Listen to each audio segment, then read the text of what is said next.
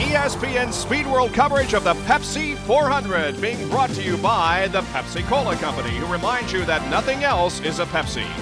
By Allied Signals Fram filters, you can pay a little now or a lot later. And by Quaker State, the intelligent oil for longer engine life. The cars have fired their engines, they have rolled away, and in a lap and about 3/4, we will be ready to give you the green flag. Now, the in-cars, and as Dave told you in the pre-race show, we have 8 in-car cameras working today, or 8 cars that carry a total of 24 cameras, including Earnhardt and Martin and Musgrave and Bobby Labonte, Loy Allen, Morgan Shepherd, Jeff Gordon, and Ken Schrader. Here's the starting lineups. Dale Earnhardt is on the pole at 191.355. Sterling Marlin alongside at 190.718. It's Jeff Gordon third, then Bobby Labonte, Robert Presley and Todd Bodine, Dale Jarrett and Michael Waltrip. Darrell Waltrip starts ninth, then Mark Martin, Lake Speed, Dick Trickle, Morgan Shepherd, Ricky Rudd, and Jimmy Spencer starting in 15th position. The second 15 include Kyle Petty at the top in 16th position, and on down to Hut Strickland, who will begin the race from 30th starting place. And as you can see, the field is once again tightly bunched with just a little over a second separating the fastest from the slowest qualifier. And there are 4 provisionals, and then Bill Elliott took a previous champion's provisional to get into the race. 43 cars in the grid.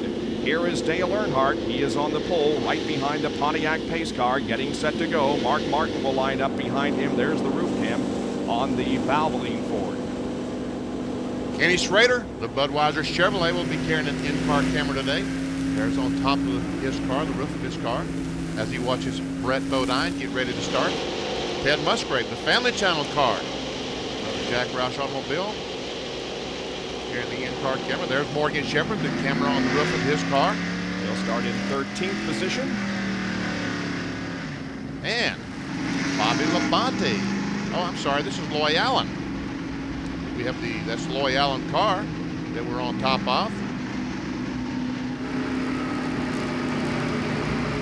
Jeff Gordon also carries one of the cameras. He starts in 3rd position, is 3rd in points coming in. He qualified at 190.630. And so we should be able to cover the race for you well here on ESPN. And of course, the Deuce has the in-car coverage for you all race long.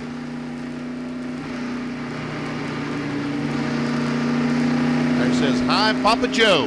Rick and Papa Joe.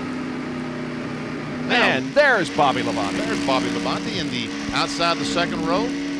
And the 3, the 4, Earnhardt, Sterling Marlin, and Jeff Gordon, the 24 car, worked together yesterday in practice. These 3 cars worked together all day long. I would expect those 3 cars trying their best to hook up and say see you to the rest of the guys. We're glad you could join us on this 4th of July holiday weekend. Breakfast at Daytona coming up. The pace car is off the racetrack, and with a record crowd, here we go. The race on. Pepsi 400 underway.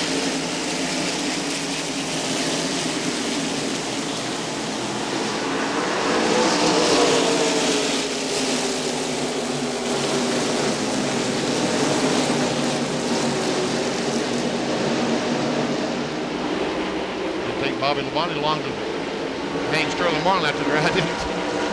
He's up to 3rd, battling with Sterling. But it is Dale Earnhardt who leads Jeff Gordon down the backstretch. Now it appears as if Labonte may be on the low side of the racetrack, battling back in 4th position as Dale Jarrett moves up to the inside of Todd Bodine, and they come through corner number 4 for the first time.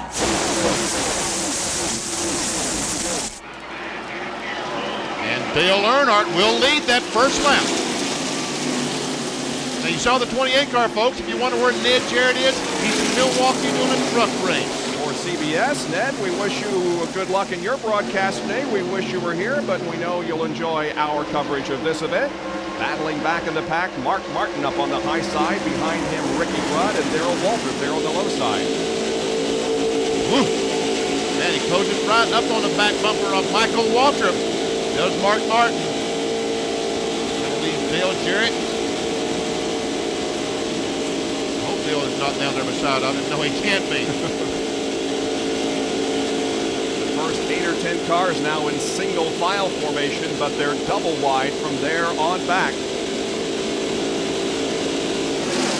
Mark Martin running in 8th position. There's the side-by-side battle between Dale Jarrett and Ricky Rudd. The outside groove begins to move away. See Kyle Petty and Loy Allen. Jimmy Spencer thought about putting his nose in there, making it 3 wide.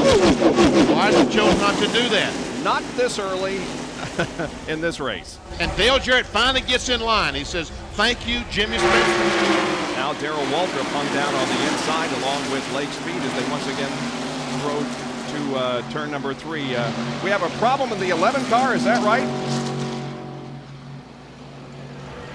Yeah, Bob. Brett Bodine has radioed in and told Junior Johnson and the crew that his throttle is hung wide open. Now, you'd think here at a place like Daytona with the high banks, hey, that's what you want to do. But, Benny, maybe you can touch on this. When you're working traffic, as slick as it is here, it's pretty bad to have that throttle hung wide open for you, isn't it? Of the 43 cars out there, the only car right now that possibly could be running wide open would be Dale Earnhardt, the leader. All these cars running nose to tail and alongside each other, they have to back off the throttle going to the corner. Yes, you do not want the throttle hanging, even in Daytona or Talladega. Now Darrell's going to move up behind Lake Speed and get in line. Yes, Darrell Waltrip was bragging on his car yesterday, Bob, how well it was running, the Western Auto Chevrolet. Darrell Waltrip, of course, has one win here at Daytona. He won the 500 in 1989, has never won the Pepsi 400, looking for victory number 1 in this race here today. There's the 27 car driven today by Greg Sachs. Behind him is Lake Speed. Now on top of the Mark Martin car once again. It's Valvoline Ford, our winner at the Winston Select 500 in Talladega, so we know that this car is capable of running very well on these big racetracks. He's running in 7th position. Behind him is the 10 car. Ricky Rudd. There's Kyle Petty. Michael Waltrip down on the low side. Well, Kyle started 16th and he's worked his way up to 10th. So Kyle Petty, the Coors Light car, on the way to the front. It's Loy Allen directly behind Kyle. And then Dale Jarrett.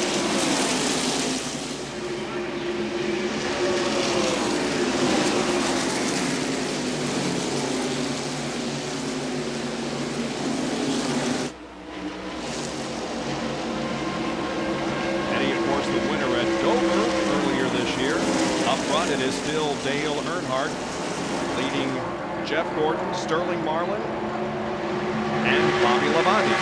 Right now, Robert Presley is in the 5th spot, and Todd Bodine is 6th. Those 4 cars kind of broken away from the rest of the pack. There's 5th on back, and still some side-by-side racing through the 3rd and 4th corners, and Kyle Petty continues to move up. Trying to go forward, but now he's hung on the inside as he and Rudd awfully close together. At the line, Kyle Petty has a half a car length advantage. Let's see if he can utilize that advantage going into turn 1. And Morgan Shepherd has a great view of everything going on up ahead of him. Jerry Punch has more on Dale Jarrett.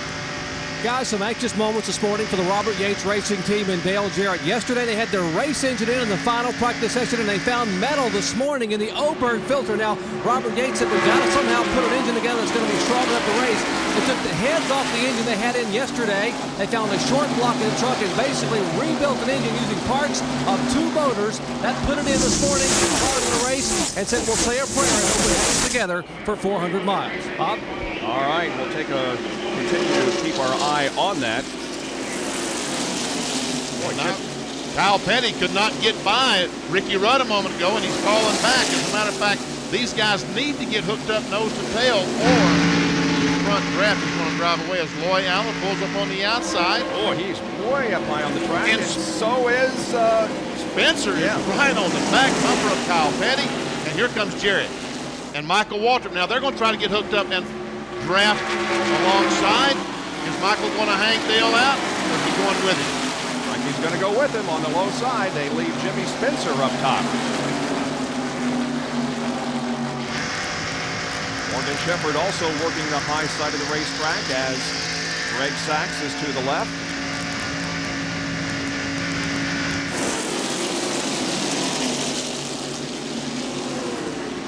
Now Sachs is hung out on the inside.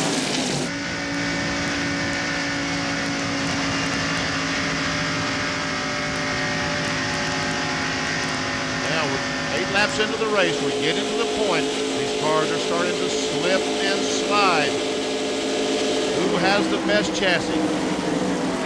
Mark Martin moves to the inside of Todd Bodine, trying to pick up a position, and he does. He moves to 6th. And we heard Todd Bodine say that they just guessed at the chassis setup they found yesterday in practice. They had a set of tires that were not matched properly, and who knows, John Kernan. Well, I just came over to Troy talking to him. Troy says right now we think we've got the handle on the car that we need, but exactly what they're doing is just kind of riding around, biding their time. This is a long race. Let's go down to Jerry Punch. Could be an omen for Mark Martin. Remember Talladega on the final practice session, they lost their race motor with a burn piston on the very first lap of practice. Well, as fate would have it, yesterday afternoon, as they were leaving pit road, hadn't even had a lap of practice in the final session, boom, there went the race engine with a burn piston. So they had to go back, as they did in Talladega, and put the qualifying motor back in. And although what happened back in May, they led the most laps and won the race. Bob? Well, still good battles going out on the racetrack. Here's Bodine battling back, trying to get that position. He lost to Mark Martin again. Behind him is Kyle Petty, and we ride with Loy Allen, who's performing well here in the early going. That's Ricky Rudd, of course, beside him. Ken Schrader is in this battle, along with Michael Waltrip and others. We saw Martin pass Todd Bodine, but he got down in turn 1 last lap and almost lost control and let all these other cars gain on him. Loy Allen, I talked to Dave Hughes for quite a while yesterday afternoon. He had no idea what kind of chassis setup he was going to run today, and it looks like Hughes made a good pick. 4 cars are nose to tail. It's Dale Earnhardt, the pole sitter of this race, going for $98,800 in Unocal bonus money. He leads the Pepsi 400 after 10 laps. Back at Daytona, and my, how things can change in just a short length of time. Sterling Marlin has the lead at the moment, and this is how it happens. They come through the trial. Jeff Gordon dives on the inside of Earnhardt. Sterling Marlin decides I will go with him, and also Bobby Labonte. But as they come off the second corner, watch as Earnhardt pulls up on the outside of Jeff Gordon. Now these cars slow down. Sterling Marlin comes to the inside, makes it 3 abreast. Bobby Labonte goes with Sterling Marlin. To the front they go. So it's Marlin, Labonte, Gordon, and Earnhardt at the moment. There is Bobby Labonte's in-car camera. Contraire. Earnhardt is back to 5th. Robert Presley moved into 4th spot. Those cars battling side by side allowed Presley to catch up with the lead draft, and now there are 5 cars in the lead draft. Robert Presley is 4th, and Earnhardt is back to 5th position. Sterling Marlin, only the 6th race he has led this year, and all have been on the super speedways. Earnhardt, our 5th place car, from on top of his car, and Bobby Labonte, the 2nd place runner. Here's Jerry Punch with a comment on the 17 car of Darrell Waltrip. We told you the heat would take its toll. It's already beginning to do so as a number of drivers have complained of the cars really starting to slip and slide. Among those, the former 3-time series champion Darrell Waltrip's Western Auto Chevrolet. And he apparently has a problem with the car not only getting hot a little bit, but also getting slippery and a little bit loose. He's had to back out of the throttle. Let's go to John Kernan. Jerry, Todd Bodine, we've seen, has dropped a couple of spots. We're not sure if it's been a result of a handling problem because his radio is out. He's not communicating with the crew. But the good news for Troy Selberg and the rest of the factory stores and the American team, Todd can hear them. So they've worked out some hand signals. When he goes by the start-finish line right across from where they're pitted, he will touch the window post if it is tight. If the car is loose, he'll reach out and touch the door. Kenny Schrader has really been on the move, BP. Started 26th, and he's battling for 6th position. He was in 6th, but Jimmy Spencer just passed him and took over that spot. And we can see 2 distinct grooves. Some of the cars running on the very top, and Spencer that time through the bottom of the turns 1 and 2. And Jimmy Spencer started from 15th. He is the defending champion of the Pepsi 400, having won here last year in a dramatic last lap pass. Jimmy Spencer, one of the 5 cars today that are carrying the Jack Roush engine. And look at Loy Allen on the very, very top of the racetrack, right behind Kyle Petty. Bill Weber has more on Spencer. Well, guys, you were talking about Jimmy Spencer's run last year when he won this race. He's got virtually the same setup on that car, and here's why.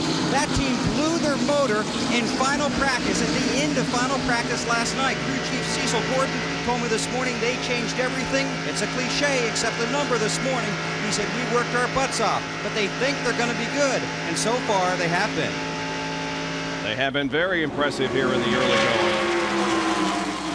There we see Spencer, Schrader, Jarrett, Petty, Lloyd Allen, Todd Bodine, and now Jeff Bodine tries to go on the inside and pass his younger brother and does it. Look at some of the cars running way up by the Look at them. Benny. Some guys right on top, some guys right on the bottom. Lloyd Allen has been up there just about since the green flag drop, and we are riding with him at the moment. Let's see how he goes high into turns 1 and 2. That's why all that packs back up to you now when you're in single file.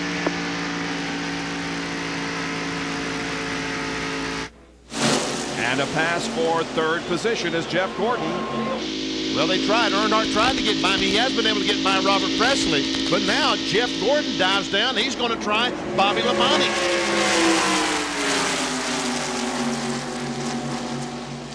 And look at Earnhardt up on top of the racetrack. Earnhardt way up high. I don't think he wants to be up there.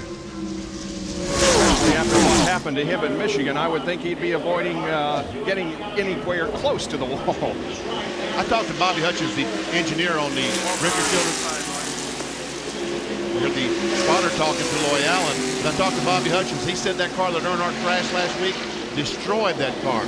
In 7 years, they fixed every car that Earnhardt has wrecked except that one, and they threw it away. And we can see Earnhardt is having some handling problems right now, Bob. I mean, he has to go up there because that's where the car dictates it wants to go. There are your top 15 as 19 laps have been completed. Jerry, is the problem on Earnhardt as serious as it looks?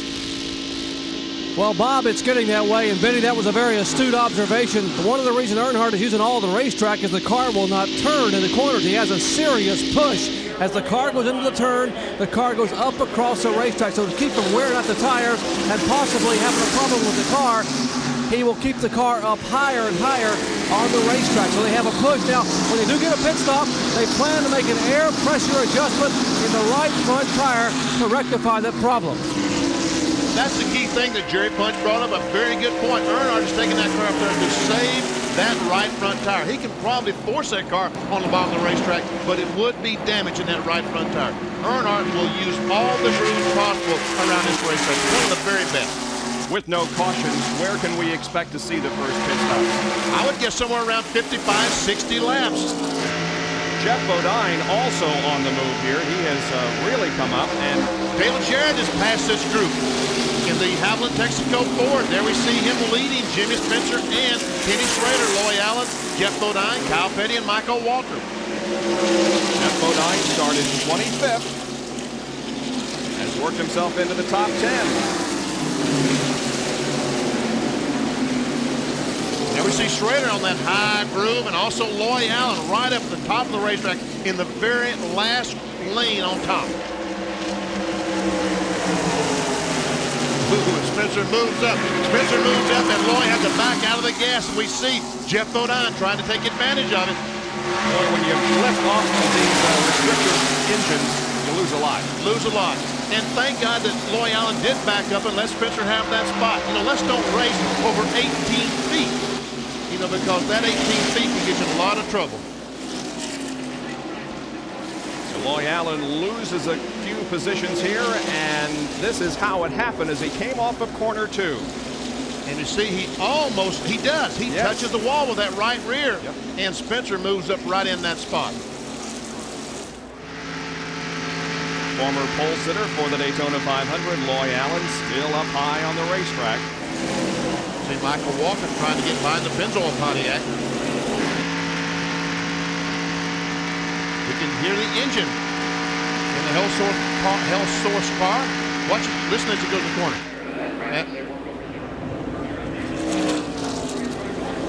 Rusty Wallace still, the Penske team, Penske South team just can't quite figure out the Daytona Talladega situation. He's already back to 41st, John Kernan. He's going to have It's a problem just like we're seeing up and down pit road. Rusty's car is very, very loose. They decided that they're going to have to just ride it out, hopefully get a caution and be able to pit, make some adjustments air pressure-wise to the car. But if they don't get a caution, we can expect pit stops probably around lap 50 to 52 is what I'm being told on pit road. Morgan Shepherd, on the other hand, has developed a really bad push. When they pit, they're going to raise the track bar and also work with the air pressure in the tires, make some changes there. High temperature today expected around 93 degrees. The humidity is very high. The track is getting slick here in the early going of the Pepsi 400. 23 laps out of 160 have been completed. But it has not stopped the fans from turning out here today.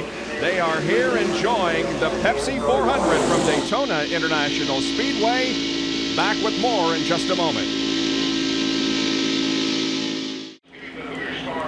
Back at Daytona International Speedway, an ESPN Speed World presentation of the Pepsi 400 today. Sterling Marlin is the leader. There's Jeff Gordon, Dale Earnhardt, Bobby Labonte, and Robert Presley, the top five. And Earnhardt just took over that third spot as we were coming back from break. And Robert Presley, can't say enough, he's doing a great job today in that car 33, the Skoal car. Here's Jerry Punch. Hey, you think the fans like the simulcast on ESPN and ESPN2? The crews love it. Take a look behind me. Here's Andy Petrie and the Earnhardt crew. Now, what they have is a television monitor here, and they're able to flip back and forth between ESPN Classic, which is our regular coverage. They can flip over to the ESPN2 coverage and watch the in-car camera of Dale Earnhardt to be able to see what the car is doing. The crews absolutely love having in-car footage on one channel and classic coverage on another. Right now, they're thinking about their strategy for the upcoming pit stop to try to derail that pushing problem that the seven-time Winston Cup champion might have. Bob? So you utilize everything you possibly can. Dale Earnhardt doesn't carry an in-car camera very often, but in this particular case, it may be helping the crew ascertain what's wrong. Watch this. He's pulling up on the outside of Jeff Gordon. Is there room? But Gordon comes up. There's not room right now, but Earnhardt seems that high groove is working for him. He seems to be going forward. Most of these teams have an RCA dish, one of those RCA small dishes in their pits where they're able to get the program from ESPN or whatever network is carrying it, and they can watch as we watch. We're looking back now on Earnhardt from Jeff Gordon.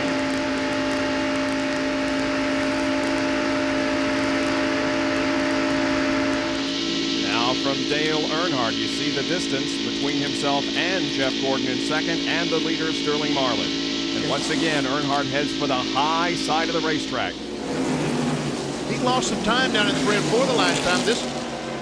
There we see Mark Martin, Dick Trickle, and Ricky Rudd, 3 Fords hooked up, trying to get to the front. That's 14th, 15th, and 16th. Mark Martin's car is not right.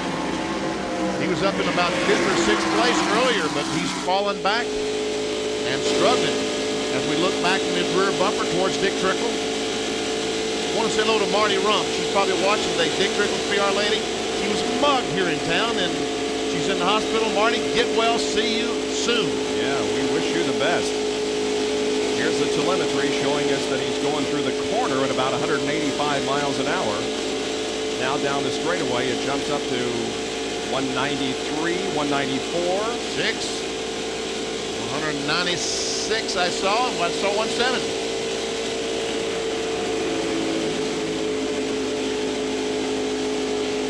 6,900 we say maximum RPM. With the restrictor plates, they don't turn the RPMs like they do at the other racetracks without the restrictor. They'll turn 8,500, 9,000, but not here in Daytona with the restrictor plate. Mark Martin and Lake Speed are side by side. Lake tries to pick up 13th position. And Trickle looks like it's going to go up to the top of the racetrack and follow Lake Speed.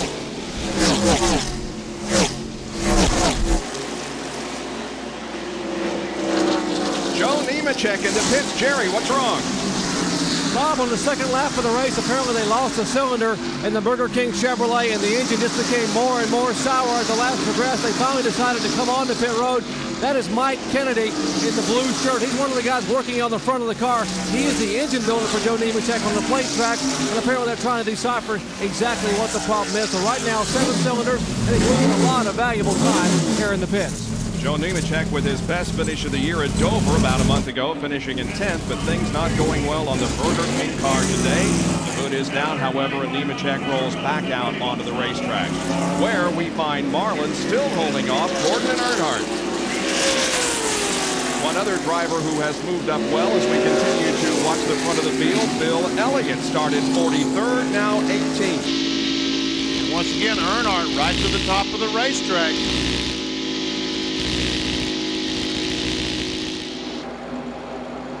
Sterling Marlin still, his car looks just as well as it did in February. They're the top 5, and here is the interval back to Dale Jarrett and Kyle Petty. And these two cars have been able to break away from that pack just a little bit. Jerry, what was the update on the Burger King car? Well, fortunately, we get to give good news for a change. There was a spark plug problem. The spark plug was not firing, and Mike Kennedy found the spark plug, changed the plug, and now Nemechek has fired the engine and moved back on the racetrack on all 8 cylinders. Unfortunately, he lost 4 laps during the repairs on pit road, so Nemechek has a long way to make up. Here's Kenny Schrader as he runs in 10th position. We see Schrader's off. Oh, yeah, with Robert Presley trying to get by Bobby Labonte, take over that 4th spot. But he's not able to do it. Decides to drop back behind Bobby, going to There's our leader, Sterling Marlin, the 4th, the Kodak Film Chevrolet. Jeff Gordon, Chevrolet. First 5 cars, the new Chevrolet Monte Carlo.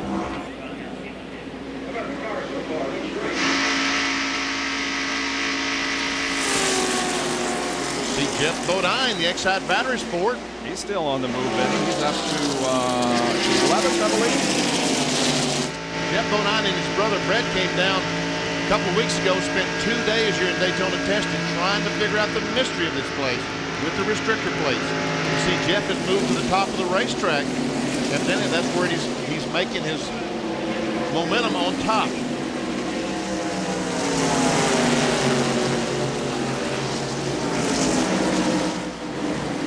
Michael Waltrip is moved down the back stretch.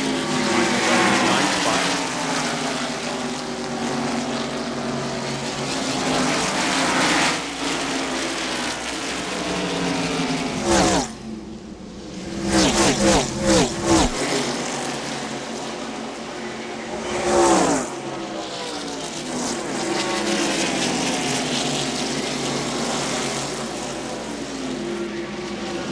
Here's Bill Elliott as he goes to the inside of Greg Sachs, and Elliott is very impressive, Benny. I talked to Bill, and he said that the car wouldn't draft very, very well. It just does not run very well by itself. And look out, Derek Cope, how high he was up there, but he got a good grip because he came off very well and pulled up on the outside of Sachs. I guess he did pull up on the outside. And look, Bill Elliott trying to get by Ricky Rudd. He's passing the car every corner, every straightaway. This is for 16th position. Don't forget, Elliott had to take a champion's provisional to get into the race. Started 43rd, dead last, but he has moved up very, very well and now sees Lake Speed just ahead. Well, didn't someone tell me that he started like 38th at the Pepsi 400 he won 3 or 4 years ago? Yep. Uh-oh. Steve Grissom has made some contact. We see some damage to the right front of the Meineke muffler car. Yes. Part of the fender is gone. He limps off of corner number 4 and has the car pointed toward pit road. So my question is, where's the rest of the... Oh, there it is.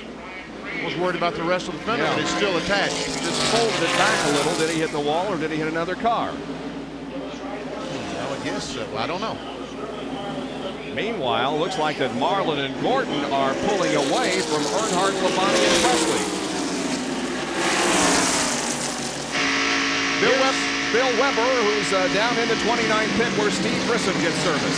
Well, you can see it better from your side of the racetrack, Bob and Benny, but they're tearing away the sheet metal on the right front tire. They're trying to change that tire. Heavy damage to the right side of the Chevrolet Monte Carlo of Steve Grissom. They're going to obviously lose a lap. And this is going to disappoint them, no doubt, and they're going to be here for a little while. We can see the damage back to the right rear, so he did make contact with the concrete retaining wall. They rip that piece of sheet metal off and tear it aside, hoping to get Steve back out there as quickly as possible. 3rd, 4th, and 5th become very close.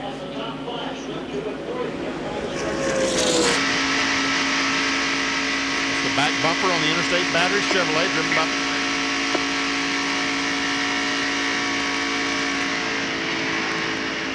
Down. Right now.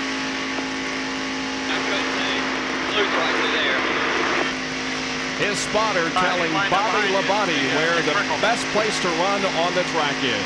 Marlin still leads Labonte fourth in the Pepsi 400. Reached the 40th lap, but we are under our first caution. There is debris and oil in turns 3 and 4, causing the pace car to come out. Jerry? Unfortunately, it's the car number 28. Remember, I told you how they had to piece 2 motors together this morning to be able to get an engine to race, and Dale was making a move, and now he's behind the wall. Unfortunately, Dale, I didn't want to talk this early to you, but it's an early evening. What happened?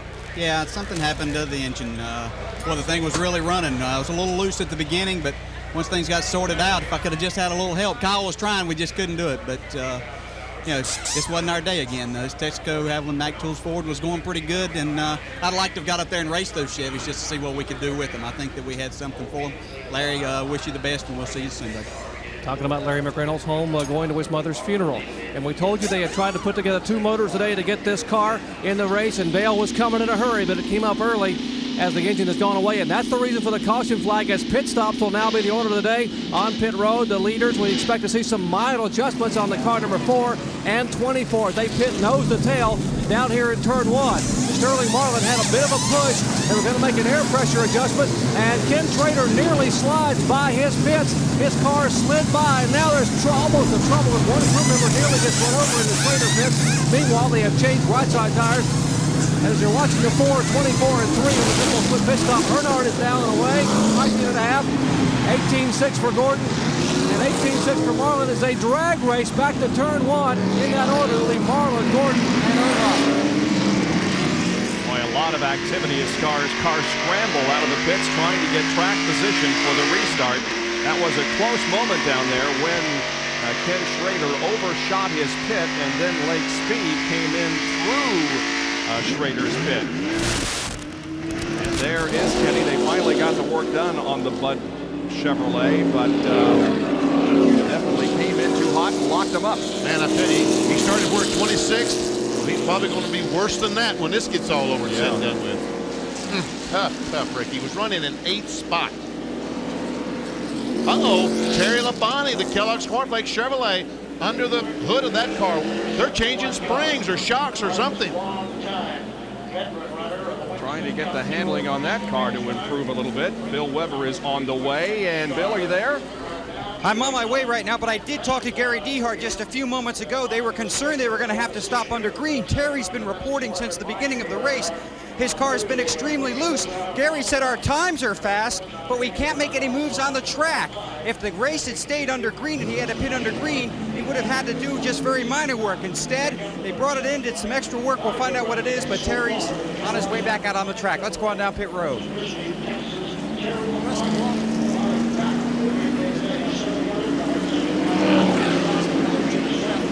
Pit road.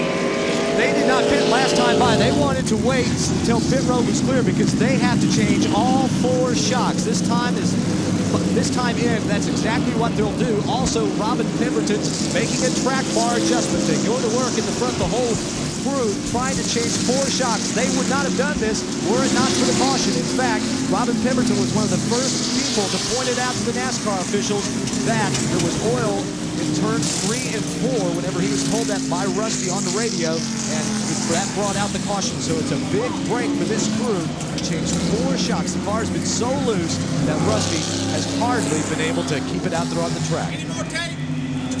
Rusty Wallace has not had good luck here at Daytona, and they're trying to get the handling on this car improved so that he can move that. Now here is the problem that Ken Schrader experienced. He simply overshot his pit, and as he backed up, watch to the left. Yeah, the guy almost was run over by Lake Speed. The Spam car made his pit stop. So, and this is Schrader from inside his car, camera looking straight at Kenny Schrader. So we're under caution now because of some debris on the racetrack. 41 laps out of 160 have been completed here at Daytona International Speedway in the Pepsi 400. We're glad you could join us, and we'll be back with more in a moment.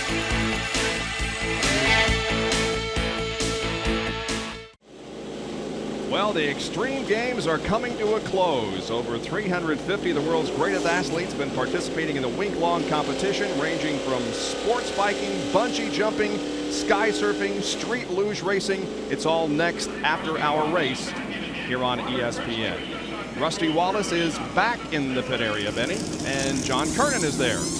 Bob, they only changed the front 2 shocks the last time in. Went back out. They have not lost a lap. They're still on the lead lap. It'll be a 4-tire change for Rusty Wallace.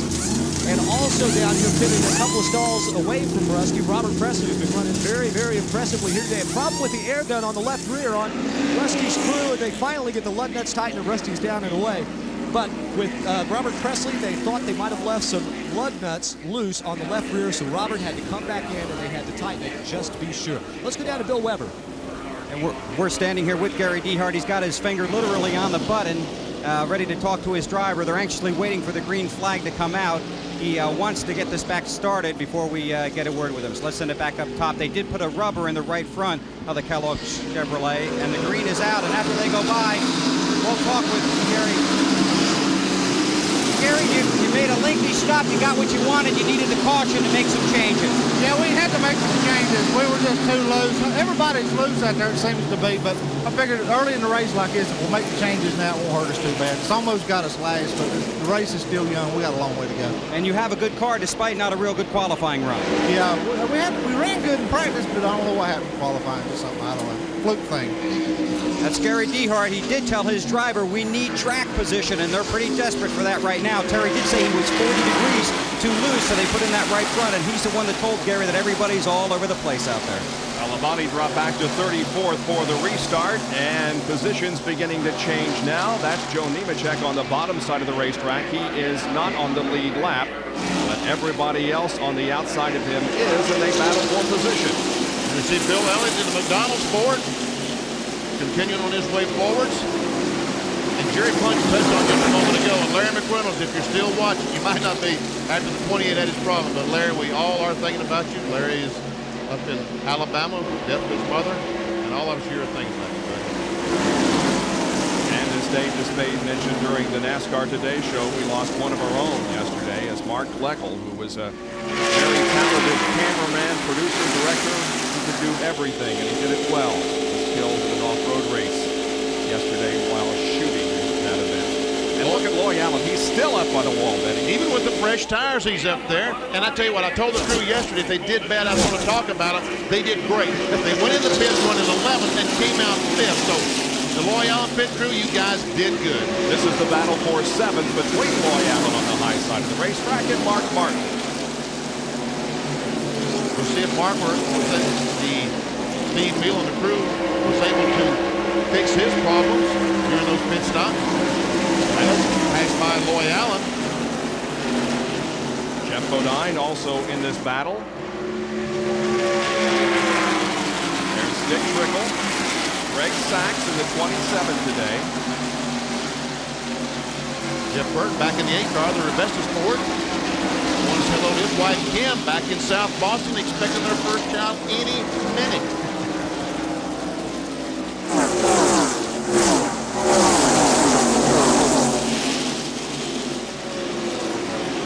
And Loy Allen able to pull away from Jeff Bodine.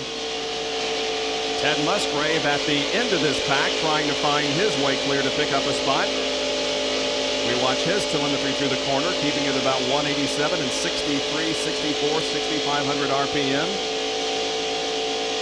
And I realize, folks, it doesn't look like this car is running 195 miles an hour, but trust me, it is. Watch it as it just stays on 195. Yeah, got her maxed out. Hit the brake just a little bit going into the corner, BT. Just to make the car turn. They want to use that brake to make the car quit pushing. Loy Allen extremely high that time, as cars are bypassing him. I imagine that Loy Allen had to get out of the throttle. He was so high that time. And when you back out of the throttle at Daytona, Talladega, the line just goes by. And look at them passing. Ted Musgrave has gotten by. Down to his left is Todd Bodine. But Loy still hangs it up on the wall. That's Cope. John Andretti passed by going down the backstretch. Musgrave still trying to get by leg speed. The Spam car pulls up. just see him back off the throttle. He used the brakes to slow down a little bit without backing off the throttle. As I said, when you back off that throttle, you lose so much momentum.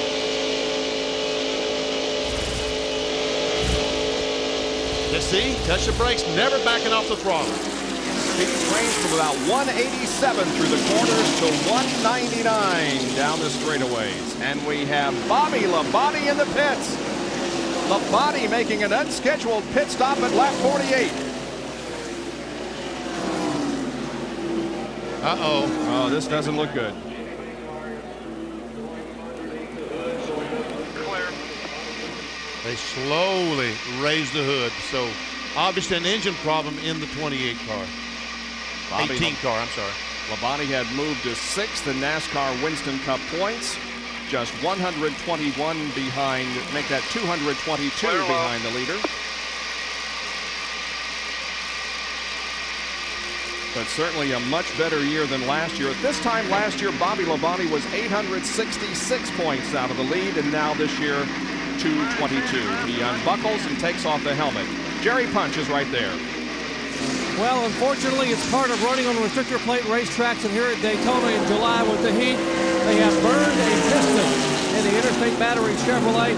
The engine was not running when they brought the car down pit road, as Jeff Gordon just made his move on the racetrack, so action getting hot and heavy, but Bobby Labonte will not be a part of it as they push his car behind the wall. The third leader of the day, Dale Earnhardt led, then Sterling Marlin, and now Jeff Gordon has passed Sterling to take over the top spot. Kyle Petty running in 4th position.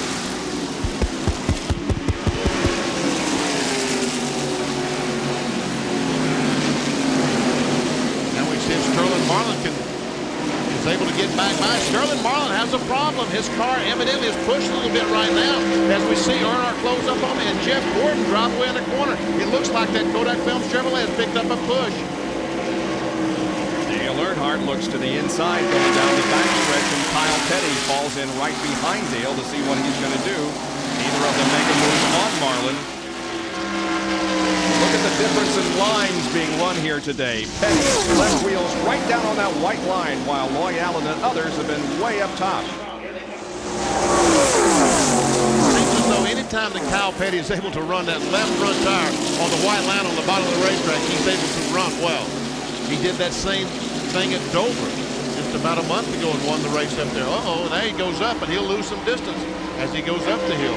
Now Sterling Marlin is able to keep the car on the bottom and keep up with Jeff Gordon.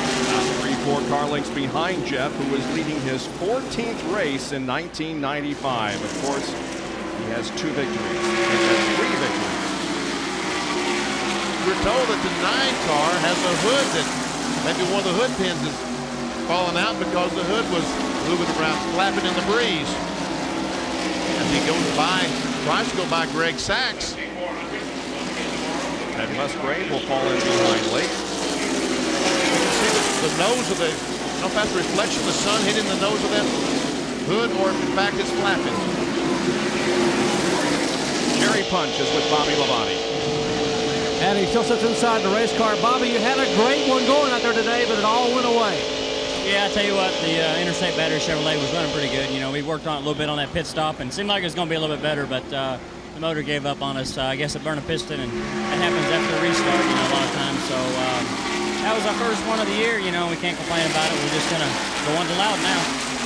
Marlin was awful tough in February, and Gordon. Are they as strong now comparatively as they were back in early part of the year?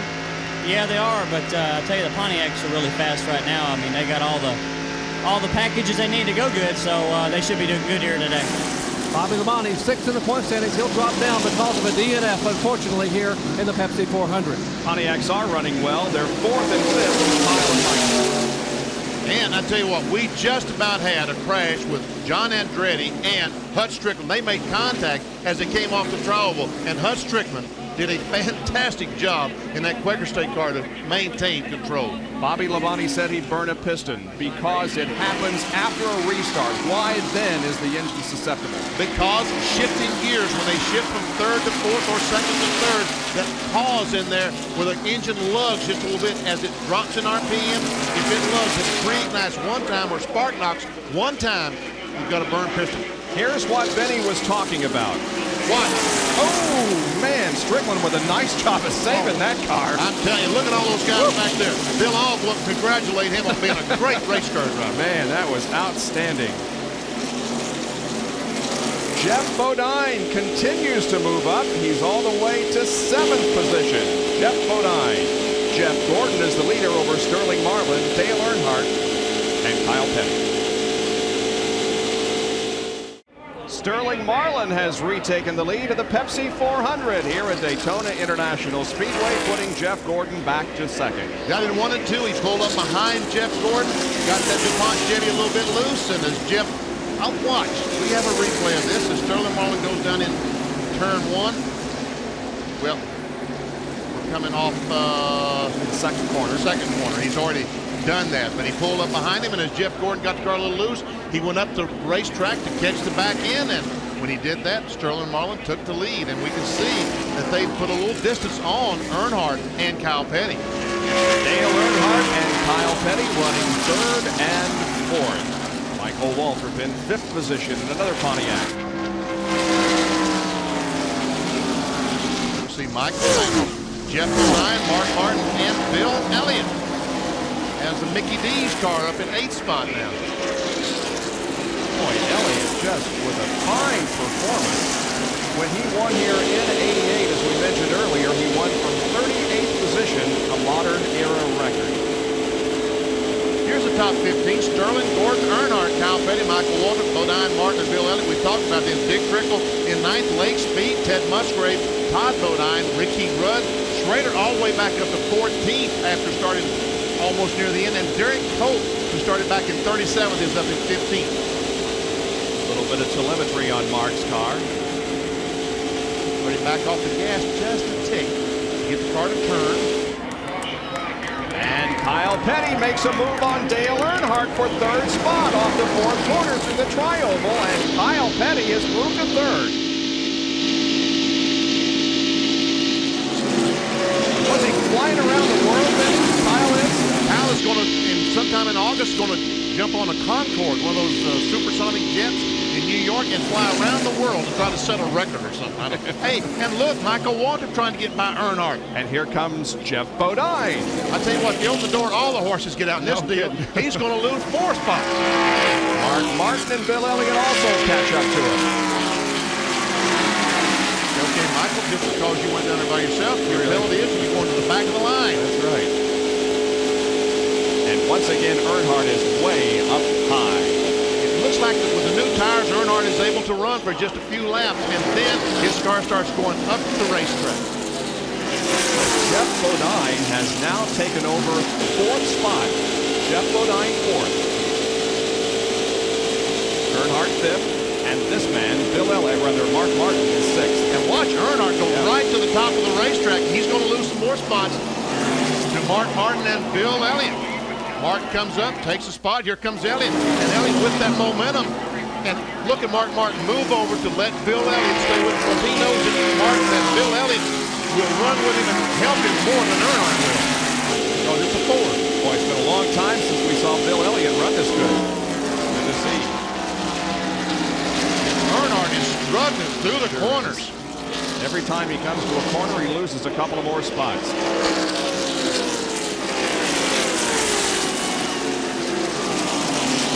We'll go inside with Earnhardt and watch as he goes down in the corner.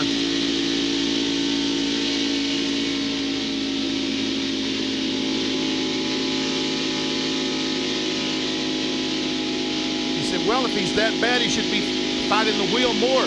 These cars, these mechanics work on these cars so you don't have to fight that wheel. Every time you turn that steering wheel, you're slowing the car down. And we see Michael Waltrip and Dick Trickle trying to hook up and go by Earnhardt, and they probably will in the corner. They didn't successfully pass him in the first and second corners, but now they've hooked up in the trap down the back stretch and through turn number 3, and both of them passed Dale. Yeah, Earnhardt is struggling so bad in the corners. But folks, don't count Earnhardt out. I'm not saying that he's not going to win this race, because he is a master at saving that car. And Childers, Andy Feature, the crew, they are just terrific at being able to adjust the car and give Earnhardt what he wants. Jerry Punch? And Benny, a lesser driver may have already lost that race car in most of the afternoon. Earnhardt has a loose race car. Remember, he had a bit of a push prior to that pit stop, and the crew made an air pressure adjustment in the right front tire. Now, apparently, that was a very minimal adjustment, about a pound or pound and a half at most. And right now, Earnhardt's tire is extremely loose, going in the corner as well as coming off. And he continues to lose spots. Here's Ted Musgrave, who looks to the inside of Dale Earnhardt. Hear the engine in Musgrave's car as they run wide open. Dale has fallen all the way back to 9th spot. Musgrave is 10th. And for you Rusty Wallace fans, trouble continues for him. He has lost a lap running in 38th position. Watch as Earnhardt goes up the hill and Musgrave will go by. You know, all the drivers that we interviewed on NASCAR today, just before the start of this show, talked about the driver that wins will be the driver that can stay on the gas the longest, not having to back off the throttle. And Earnhardt now is not able to do that. Stay on the gas as much as some of these other guys. Earnhardt, a two-time champion of this race in 90 and 93. He hated to do that. Earnhardt hated to move down and follow Musgrave. He needs to draft, but he hated to go down there with a loose race car. He wants to go to the top. Hope and Hut Strickland in the 26 car. And hasn't Hut Strickland done a magnificent job with Richard Broom and that crew on the quick straight car? He really has. After replacing Steve Kinzer in that car, Hut Strickland has given it very good performances. Strickland's best finish of the year was a 4th at Dover. Ooh, man, look at that moving around. I guess that was Jeff Purvis back there at the very end of that thing. Came off the corner and moved around like he said, I got me a bucking bronc and I don't know which way he's going. Strickland running in 15th spot. Jeff Burton comes up on the outside of Todd Bodine trying to take that spot away. There's John Andretti in the Kmart car. And Little Caesars, I got to get that plug in for the pizza place. You don't want to make those people that make food unhappy. No, not at all. Greg Sachs in the Hooters car. And there's Robert Presley after having to make that unscheduled pit stop on the caution flag, trying to fight his way back to the front. Yeah, that's just a perfect example of what making an unscheduled stop, losing track position can do. He's mired back in 21st. Daytona Talladega anymore, track position is as important as Bristol or Martinsville or any of the racetracks. Yep. There we see that Strickland and Musgrave has been able to get by Michael Waltrip. Jerry has an update on Dale Earnhardt.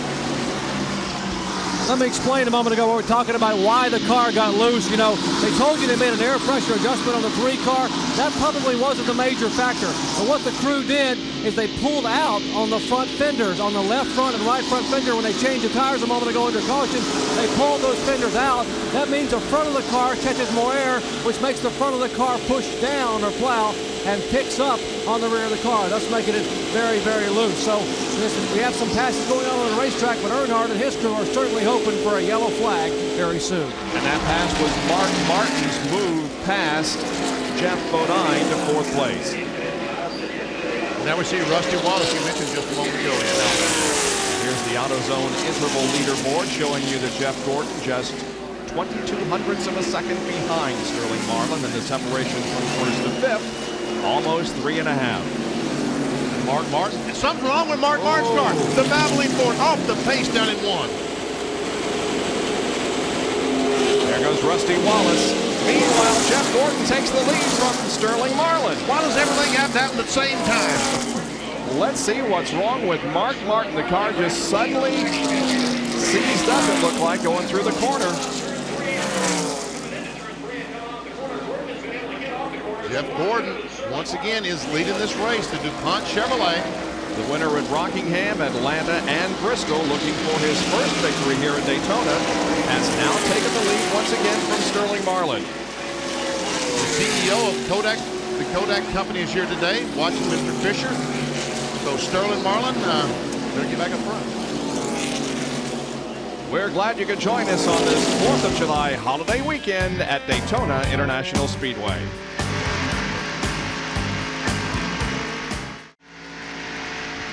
Back at Daytona, and our coverage of auto racing continues at 7:50 tomorrow morning. You'll be up at that time, BP, to Certainly. see the Grand Prix of France? Sure will. From Magna Cours?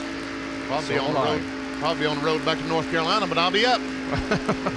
Well, I'll be watching the race, and you can too, at 7:50 tomorrow morning. Jimmy Spencer. Jimmy Spencer, the Spoken Joe car. Where is he? We don't see him there. But he started at the very back of the pack, and he is now up to 19th, and he is really moving forward. Jeff Gordon, the leader of the race. There we see Spencer. Yep.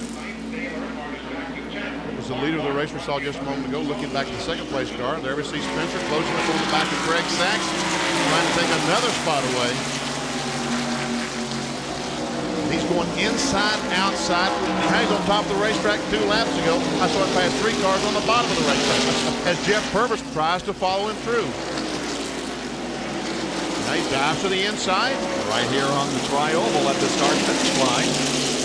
23 car has a Jack Roush engine in it. And by the way, folks, Mark Martin did not blow up.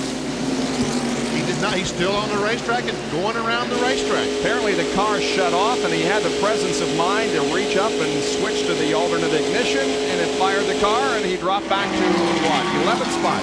And there's Earnhardt. Earnhardt is falling all the way back to about 11th or 12th now. Now Martin continues to come back up. Earnhardt's car hasn't shut off. It just can't get around the corners. He's just having some trouble. As Jerry Punch reported, the car is loose in the corner. Mark, the Valvoline Ford, going back towards the front. Bypasses Michael Waltrip from the Pennzoil Pontiac, and there he has Lake Speed, the Spam car, directly in front. 8th, 9th, 10th, and 11th here.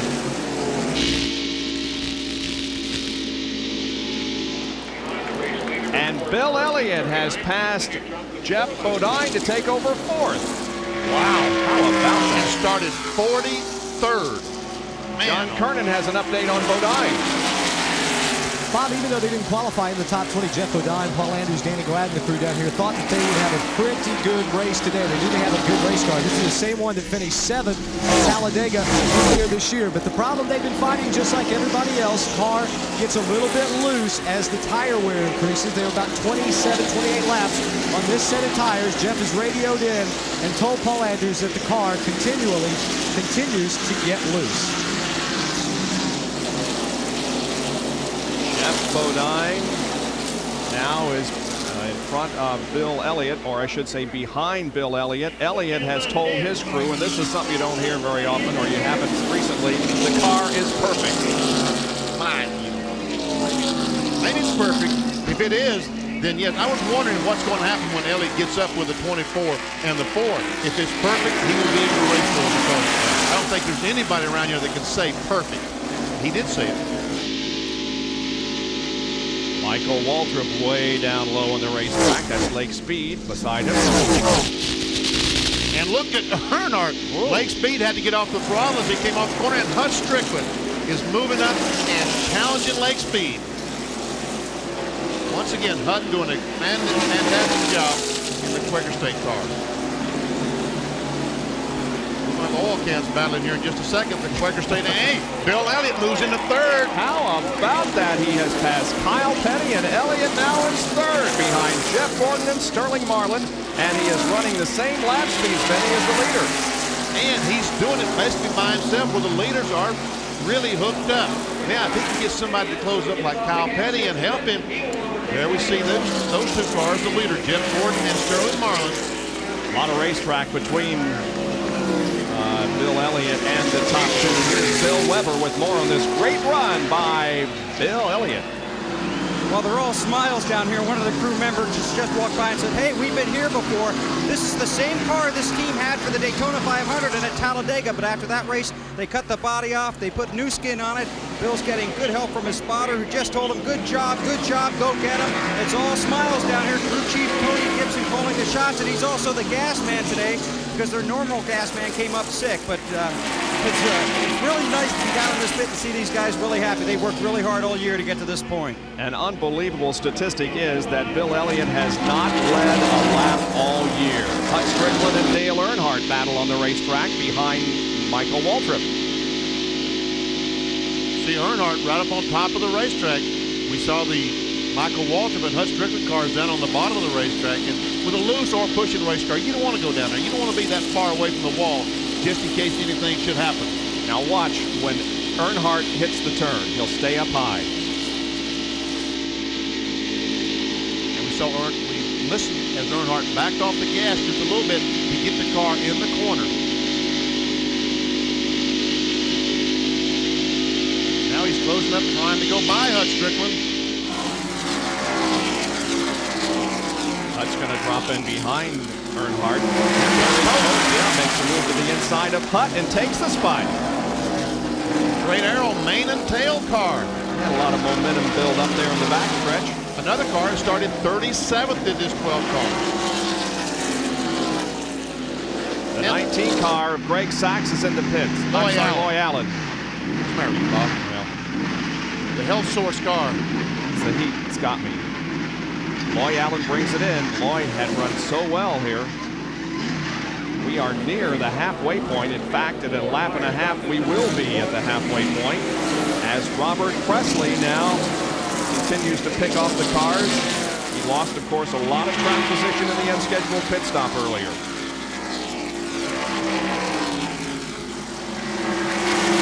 Robert Presley and Brad Daugherty, the basketball, the center for the Cleveland Cavaliers.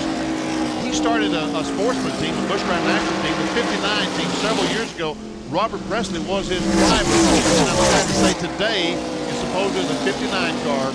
Dennis Sensor's driving the car now, will be his final race in the Musgrave National Series. And I asked Brad Daugherty what he thought, and he almost cried. Not bad. It's too bad that that team has to fold. Maybe they can find some sponsorship money and keep going. Look at the little smiley face there on Mr. Earnhardt's car. And we see he's lost several more spots. Earnhardt struggling, but he's hanging in there as best he can. Coming up on halfway, here come the leaders. Off of corner number 4, here's the line. There's halfway. 80 laps have been completed. Now look at this. The interval between Gordon and Elliott. Looks like that Jeff is pulling away. He was 5.8 seconds behind at the lap 75, and by the 79th lap, he had increased that to over 7 seconds. No, that's not 7 seconds, Bob. You believe everything you read? If it's up there on the screen, absolutely. That's about 2 car lengths, 3 car lengths, that's all that is. Well, now that was between first and third. Oh, first and third. See, now you're the one that's not paying attention. I was watching this, and I'm sorry. I apologize. I was not paying attention. You're right. See, it's Gordon and Elliott. 5.8 to 7.8. I apologize to everyone involved. Good job, guys. See? Let me see. Okay, Elliott's running 40. Yep. We'll see. Jeff Gordon is pulling away. He's pulled away. A second and a half. Good job. How about that? Jerry, help us out here. Say something. I wouldn't dare get a net battle between you two guys on the calculator. Who brought the batteries for the calculators? Hey, you talk about a sense of humor. I just spoke with Ray Abraham, who's the crew chief for Jeff Gordon. He said, when our car is behind the 4 car, we're extremely tight. When we're in front of the 4 car, we're very, very loose. Now, the solution would be if we were to run side by side with the 4 car, the car would be perfect. But then again, we'd be awfully slow on the racetrack. And we know that car number 94 is coming in a hurry. Yeah, I don't think they want to run side by side. There is the on-track interval between first, second, and third, fourth, fifth, and so on. Still quite a bit of racetrack between Jeff Gordon and Sterling Marlin. Back to Bill Elliott, who is running third. Kyle Petty and Jeff Bodine.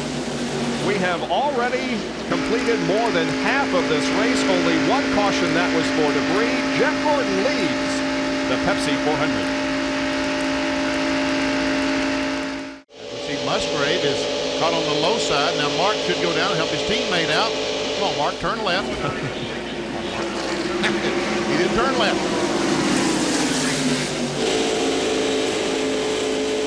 John Kernan has a comment on Ted Musgrave, running 7th at the moment.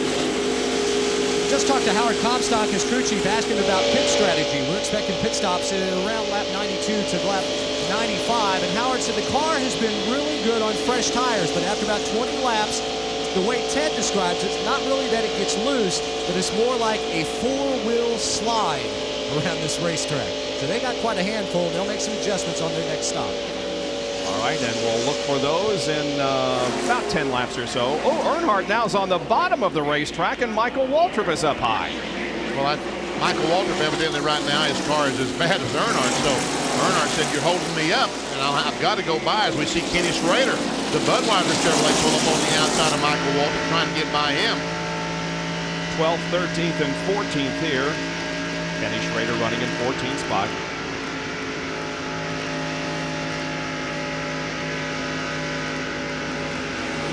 Like Schrader's car is handling pretty doggone well as he pulls down to the inside, but can't quite make it, so he pulls back up, and he and Michael Waltrip will draft down the straightaway, and when they get to the next corner, Schrader will come down and try to get by Michael Waltrip. Meanwhile, now Mark Martin is pulled down, trying to help his teammate out and himself and go by Jeff Bonine and take that spot away. As Musgrave does, see, Musgrave stays down there and helps his teammate to go by Jeff Bonine. Lloyd Allen follows as well. Allen isn't on the lead lap. He is 2 laps down in 38.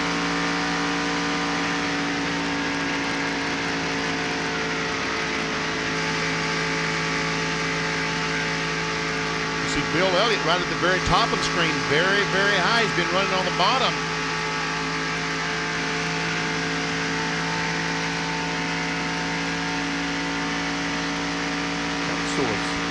Sponsor on Loy Allen's car out of Raleigh, North Carolina.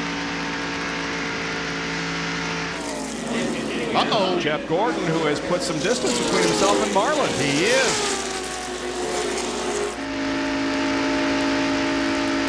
There are distinctive sounds, different sounds with these cars.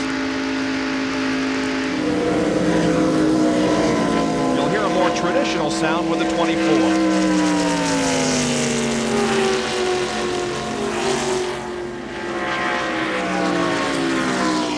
The 4. It's like an Indy car. It does. It has a very high-pitched whine to it, the 4 car does. He has a different exhaust system on this car than does all the other cars here. The only car with that distinct sound. But hey, it works. It works. Waltrip, Schrader, Good. Colt. Now we see that Michael Waltrip goes up and Schrader moves down. Now he will move up in front of Michael Waltrip, but meanwhile Rudd and Derek Colt are drafted. Now they will try to get by. Uh-oh, the new bull Derek hung up on the inside. We are on record pace, Benny. 173.4 is the record that was set by Bobby Allison in 1980. We're just a little bit above that, 173.5. Only one time have we been slowed for a caution. That was because of debris and oil on the racetrack. We understand that Bill Elliott will relinquish his 3rd position to make a pit stop shortly. Well, Bill Elliott's car, as I said a moment ago, he has moved up to the top of the racetrack. He has lost a little bit of the handle. He said perfect. That was 20 laps ago. Right now, he will not use the word perfect in describing his car. Derek Cope to the inside of Michael Waltrip, taking over 14th spot. Neither would Michael Waltrip. And here comes Bill Elliott to make the pit stop. And look behind him. We've got all the cars coming with him. Kyle. Here's Bill Weber. The McDonald's Ford is here. They had this arranged. They had some dancing partners to come in. Ford tires and fuel. Bill Elliott has been running the same time as the race leaders. He does not have a top 5 finish so far this year. Ford tires are in, and Tony gets to putting the fuel in. Let's go down to John Kernan with Ted Musgrave. Right side tires already on from Musgrave. They got the jack on the left side. Left side's going on. Also left side's going on Jeff Bodine. There go the air guns. Left side gasoline is full. Ted Musgrave is down and away, but Elliott beats him out. And then there goes Bodine. Kyle Petty is going to be the first off pit road. Then Elliott, then Strickland, Musgrave, Jeff Bodine, and Greg Sachs. Mark Martin comes in, so does Jimmy Spencer and Hut Strickland. And Jerry Punch, Mark is headed toward you. The same car that won at Talladega in the Winston Select 500 comes to a halt on pit road, and they will change right and left side tires. Pit road becoming a very, very busy place, and they will bump a little bit on the spoiler before they leave, trying to be able to tighten up the race car a little bit. Right side tires already haven't gone on, left side going on. The car is full of fuel. Steve Meal, left front lug nuts all tight. Meal says go, go, go, as he falls down 18.9, and Mark Martin is down and away. Now is a critical time as they leave the pits. Once again, we talk about shifting gears. Listen as we hear him shift.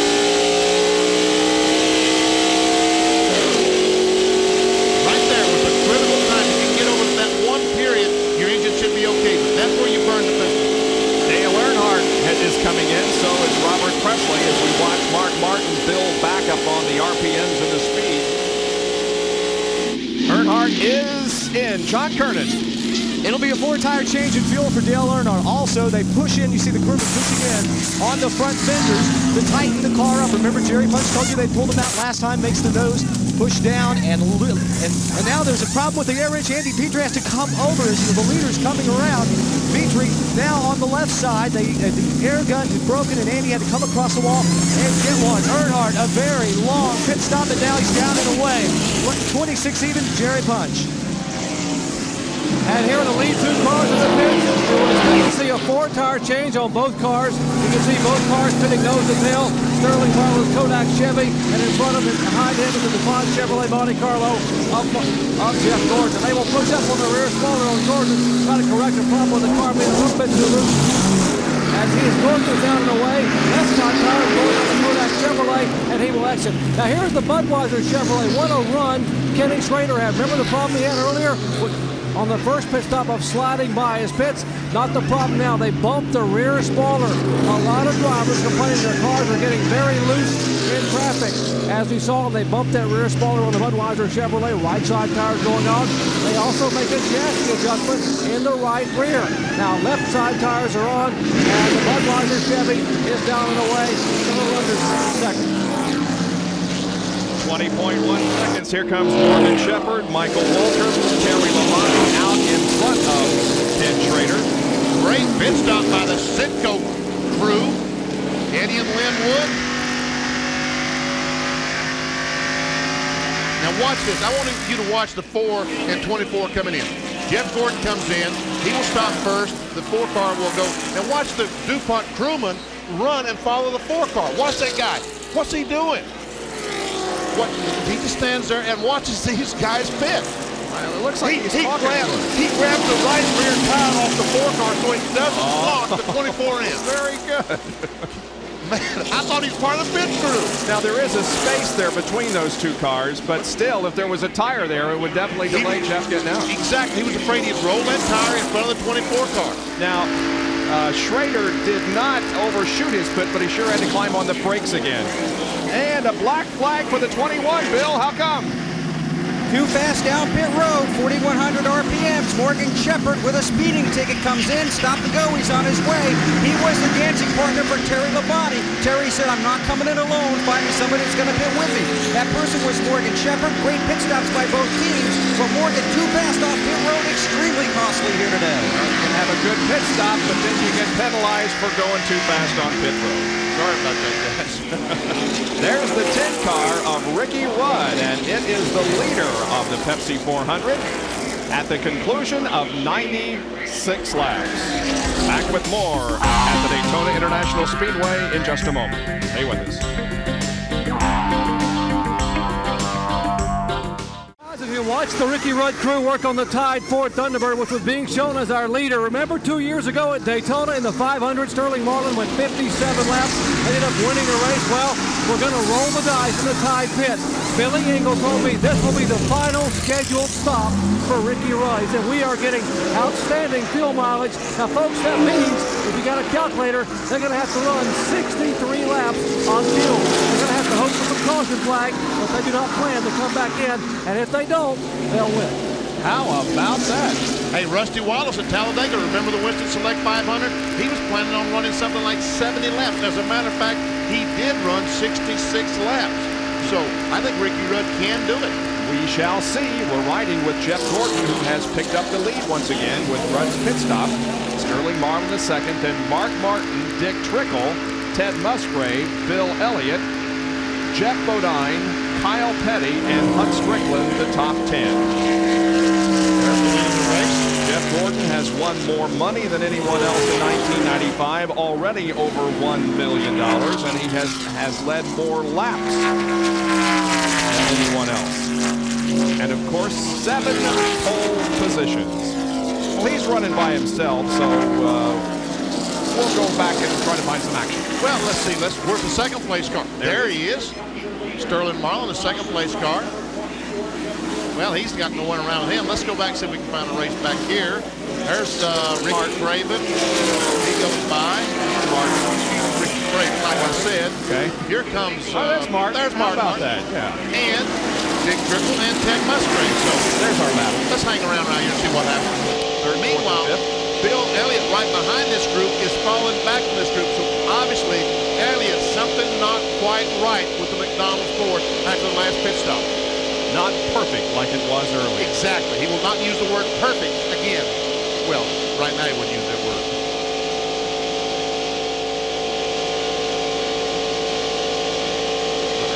195, 197, 6,800 RPM. As he closes up right on the back bumper of Dick Trickle. Trickle having a very good day in the quality care Ford. Sure is.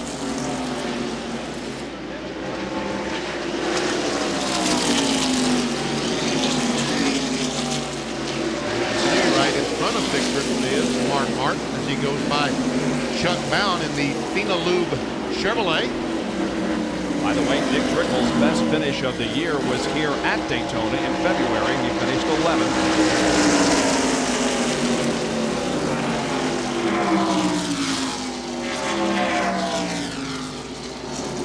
Darrell Waltrip making a pit stop as we continue to focus on the action here on the racetrack. Riding with Ted Musgrave.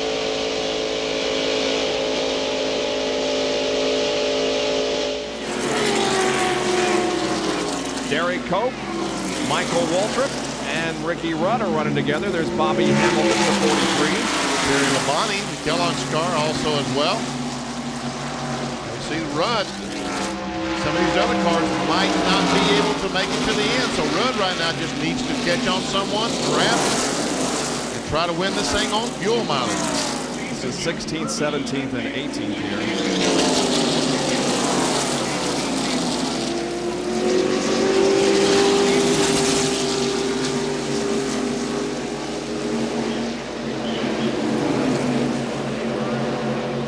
Now some of the folks clocking Jeff Gordon. He's a little bit slower than the 4 car, than Sterling Marlin or even Mark Martin. So I don't know if he's having problems or those cars are running faster than ever.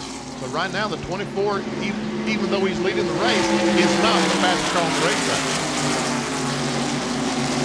Walter moving inside of Rudd. Walter taking the position. Let's give a call to Jeff Purvis. Oh, Purvis almost hit the ball. I was just going to compliment him on how smooth he's been all day. He's running at 14. What we always say, never nervous Jeff Purvis. He's a little nervous right now. Yes. Wow. You see Michael Walton getting by Jerry Cope.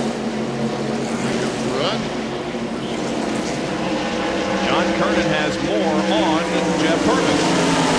Bob might say that James Finch, Jeff Purvis, that whole crew started the weekend out behind the 8-ball. It's a brand new race car. They hadn't had a chance to test it. They bring it down here.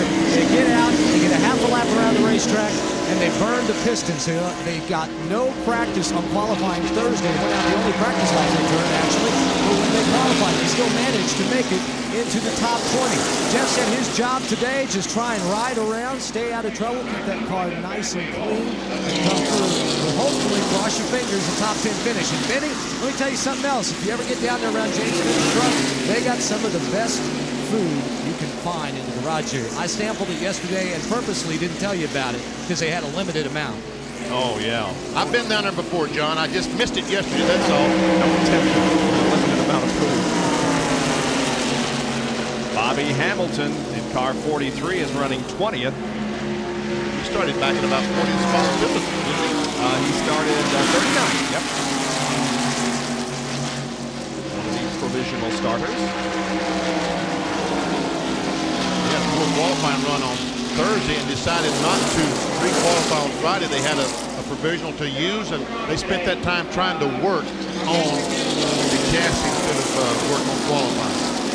Here's another AutoZone interval leaderboard.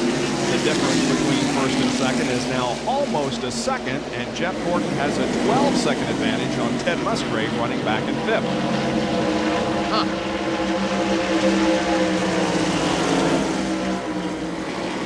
Dale Earnhardt, meanwhile, is in 10th position.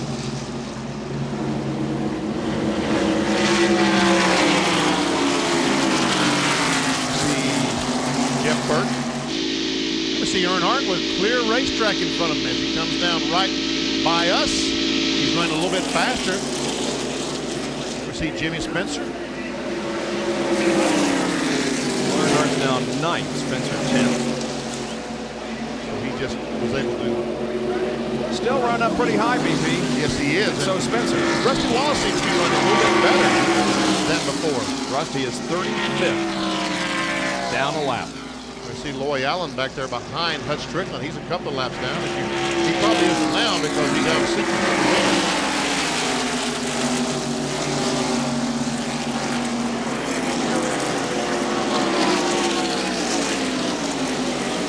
Loy Allen right now is only 1 lap down. He pitted on lap 78, whereas most everybody else pitted in 90s. Yep. Now, look at there. How about that?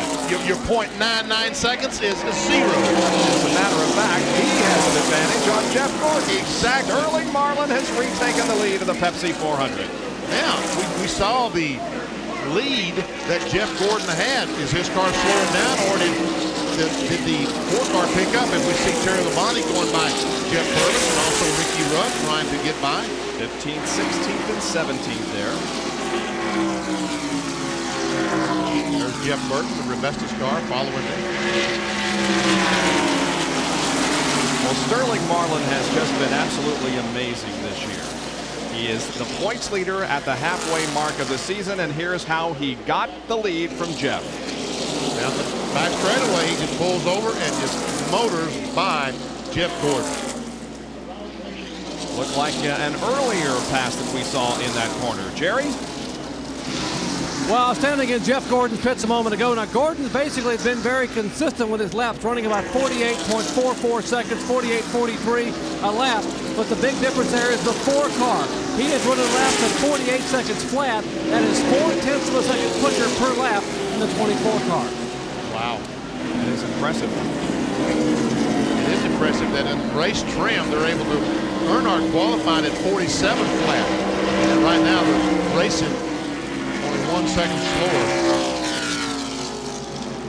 And how about Dave Marcus? He has hung on to this lead draft in the 71 car. He's a lap down in 28. Here comes Ted Musgrave and Jeff Bodine for 5th place.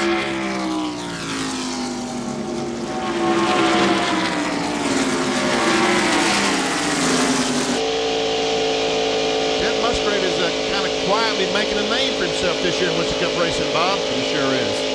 Got a couple of 3rd place finishes and 2nd.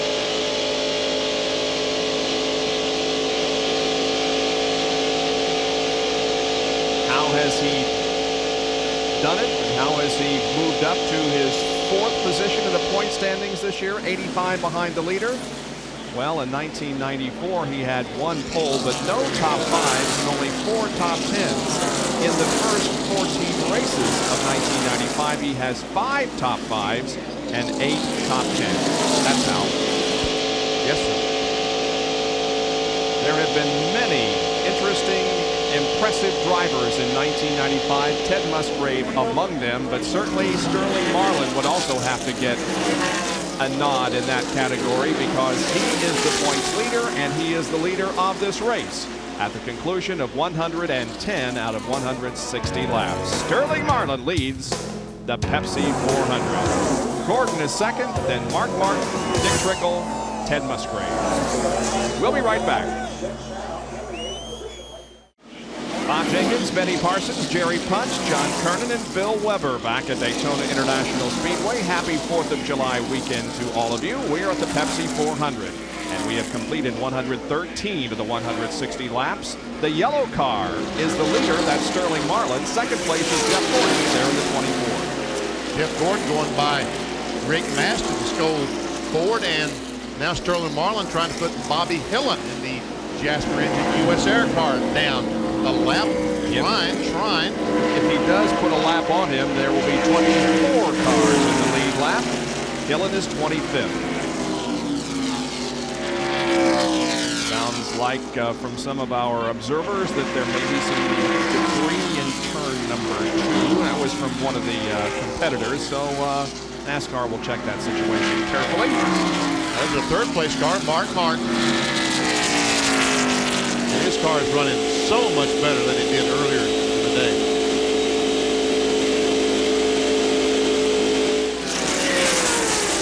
The fourth place runner right now is Dick Trickle, and look, he is closing in a little bit on Mark Martin. Oh, about that run for the Dickster, huh? And Jeff Bodine, Al Petty back up there, and Ted Musgrave. The 87 car, the Burger King car, is a lap down. He is 4 laps down, as a matter of fact, in 40th position. Joe Nemechek. Grab at every opportunity to bust you. You see Musgrave able to hold his car right on the very bottom of the racetrack.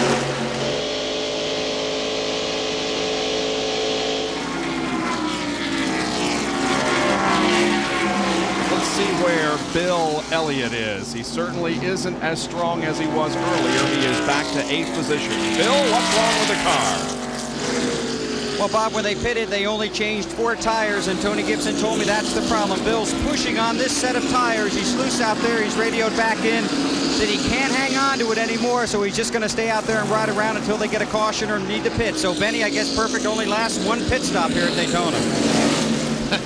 Yeah, exactly. He would not use that word right now, I don't think.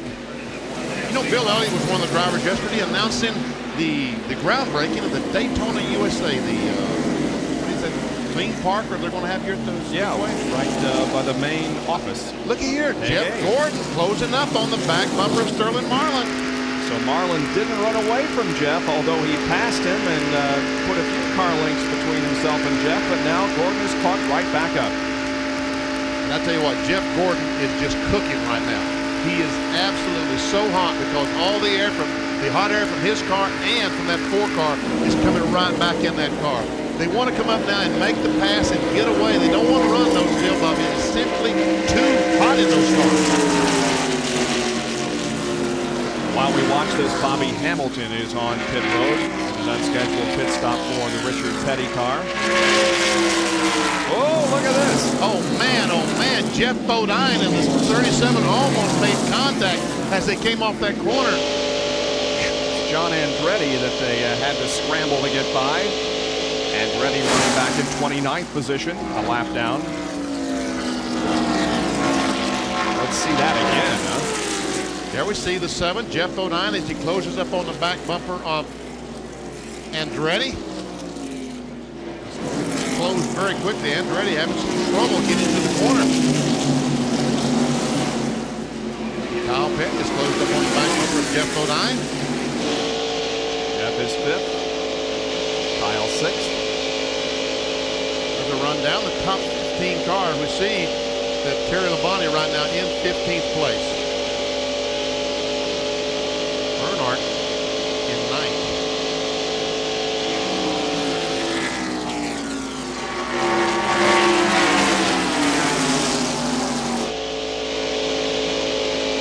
Inside the Family Channel 4 to Ted Musgrave. He and Kyle Petty will try to bypass Jeff Bodine. Kyle does it. Musgrave does it.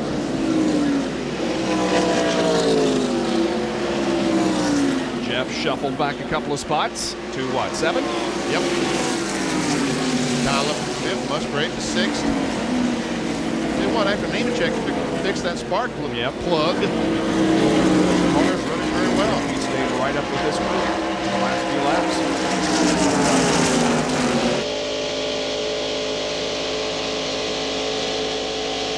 Right now, Musgrave, another fellow, following Kyle Petty. It's so hot in these cars, and there's been no break. This green flag, as you said, we're on a record pace, over 173 mile an hour average for the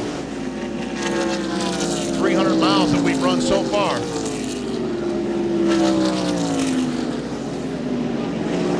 Looking for Terry Labonte, who was back in 15th. See John Andretti making a pit stop. Evidently he's struggling, tired of fighting that thing, making pit stops and changing tires. There's Terry running ahead of Ricky Rudd. And Ricky Rudd wants to stay right there. He now is in 16th. And is he the only car that can make it the rest of the way on fuel? Terry Labonte, meanwhile, is 8th in the points. He has 2 wins and 5 top 5 finishes and 8 top 10s. Here's Bill. And I just talked to Gary Earnhardt, and he said Terry's not as bad as he was, but not as good as they've been. And Terry radioed back in. The car's a little loose, and he hopes it'll tighten up. And Gary told him on the radio, well, it probably will, but that probably will be in February. So he's going to have to wait a little while for that to happen. Yeah, he's got a few months to wait. The temperature drops off about 20, 25 degrees. Do wonders for these race cars. You know, it isn't real sunny here. There's a bit of a haze over some of the racetrack, but nevertheless, the heat and humidity are very high with the temperature expected over 90 degrees here today. Right now, the Sterling Marlin's been able to put just a few car lengths on Jeff Gordon. They caught 3 or 4 cars, traffic cars, and passed them. And doing that, Sterling Marlin was able to gain a little bit on Jeff Gordon. And at the end of 122 laps, it is Mark Martin running in 3rd spot, then Dick Trickle and Kyle Petty. Stay with us. We'll be back for more of our live coverage of the Pepsi 400 from Daytona.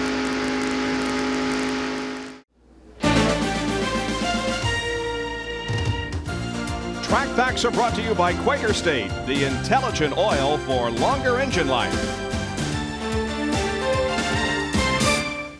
In the interest of safety, NASCAR has mandated that on super speedways, the rear spoiler be a minimum of 40 degrees. Now, NASCAR would check the rear spoiler prior to the race and as the car stopped on pit road after the race. But the crews were able to get around that. Let me tell you how they did it. They made the braces on the rear deck of the car very, very weak and the rear deck itself very weak. So at speed, as the wind would push on the spoiler, it would begin to lay back at less than 40 degrees. And we're smarter than NASCAR, but not now. As of this race, NASCAR has built a brand new gauge.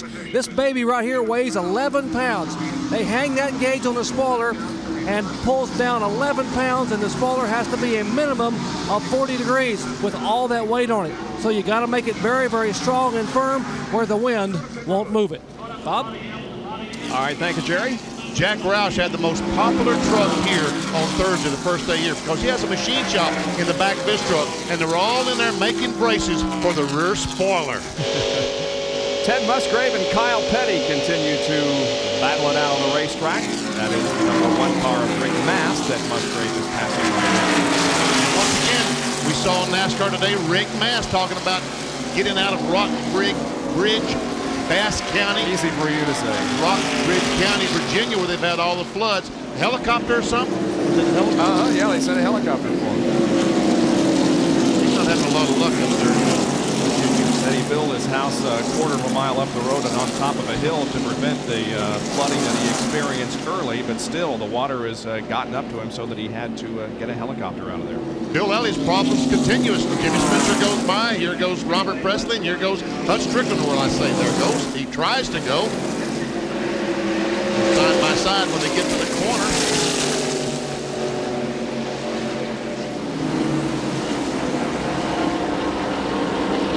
Elliott way up high. Bob, did I hear a rumor you were planning on buying the 26 cars for sale? You know? Oh, I'm still considering it. I'm a few $1 million short, though. Kenny Bernstein, the owner of the Quaker State Cars, announced he would sell that thing, or is going to sell the team. How about you? No, thanks.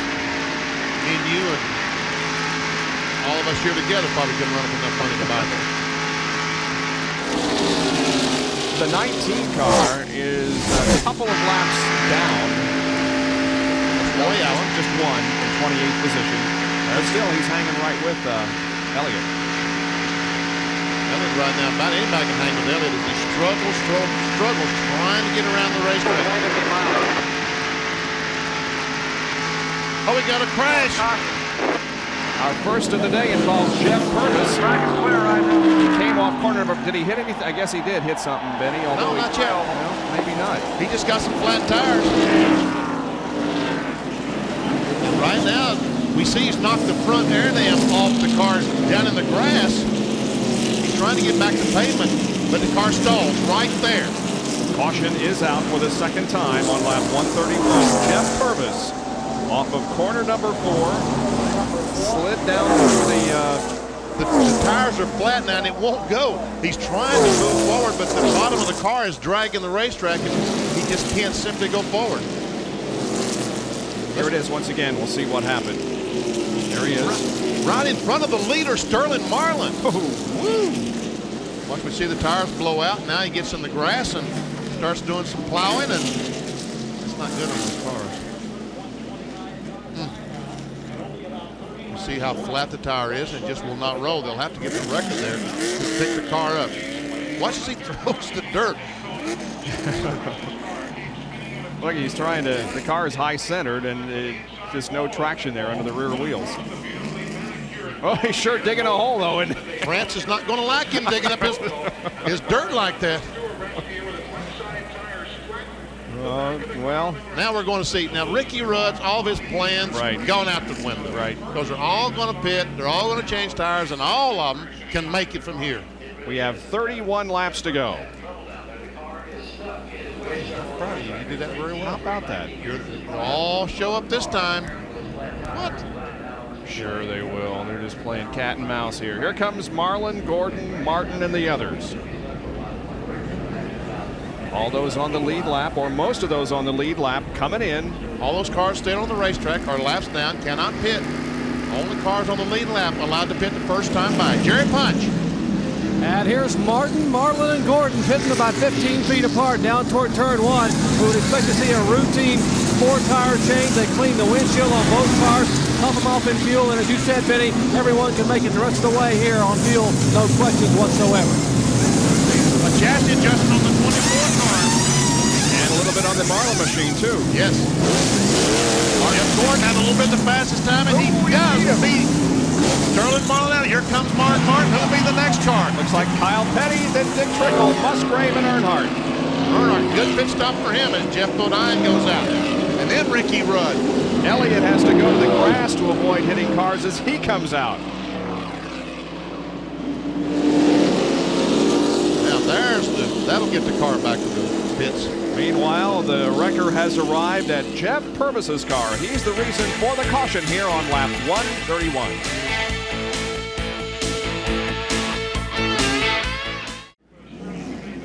Still under caution here at Daytona International Speedway. The sun-baked crowd is enjoying every moment of it. We are under caution because of Jeff Purvis's slide off corner number 4, and as he tried to get out of the infield, he dug this hole. That thing's a crater, Benny. I'm telling you, France ain't gonna like this digging up his grass like that. Well, round 4 of the Mayflower Truck Division Challenge was at Pocono a few weeks ago. The series is in its 4th year, is designed to honor the NASCAR Winston Cup Transport drivers. The Pocono course tests the skill of the often unsung heroes in the series. Each round is worth $2,500 to the winner. The Pocono round was number 4 of 6. The competition concludes in October at Phoenix.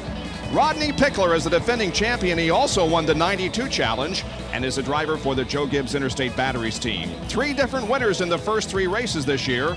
Rod drew the number 1 position and would go first at Pocono. It's been a tough year for Rodney. Coming to Pocono, he was 14th in points. Glad it's over. It's tough going number 1. Whew. That first draw was a tough one. I don't know how I did. That effort moved him up 2 positions to 12th. Next out, Tom McCrimmon, driver for the Western Auto Team. He was fast out of the blocks. But unfortunately, he knocked over a cone and suffered a 10-second penalty. But his swift movement compensated for the penalty. One 10-second penalty, so we'll see what that did to me. Maybe it'll hold up.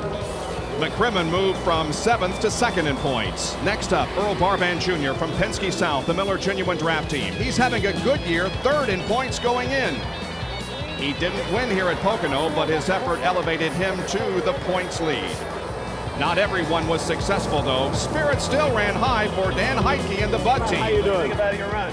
Bad job, messed up, backing up down there, just got lost. Citgo transport driver William Smith had a good run here. This was a 2nd place effort, and it moved him from 8th all the way to 3rd in the points, hoping to collect the $20,000 first prize at the end of the year. Some drivers just couldn't get the hang of the Pocono course. David Atkins from the Burger King team got all crossed up. I thought I was the only one that could do that. They do. Glad to see you get back here. The man of the day was Craig Boos, who drives the Winston scoreboard truck. Craig used all of his experience as an over-the-road driver to move quickly through the pylons and the other aspects of the Pocono course, as his competitors looked on in amazement. Craig Boos, number 1 in round 4 of the Mayflower Challenge. 120. What do you think of that run? That's real good, I hope. Penalty, you're at a 130, 1-3, you're in the lead. All right, thank you. Boos gets the $2,500 check and moved to 8th in points, headed to round 5 at Michigan, August 19th. And David Atkins had all that trouble. He was the Daytona winner of that that race. And there are the point standings, Benny. The top 5 at the end of 4 rounds of 6 in 1995. We'll take a quick break as the hamburgers and the hot dogs cook here at Daytona.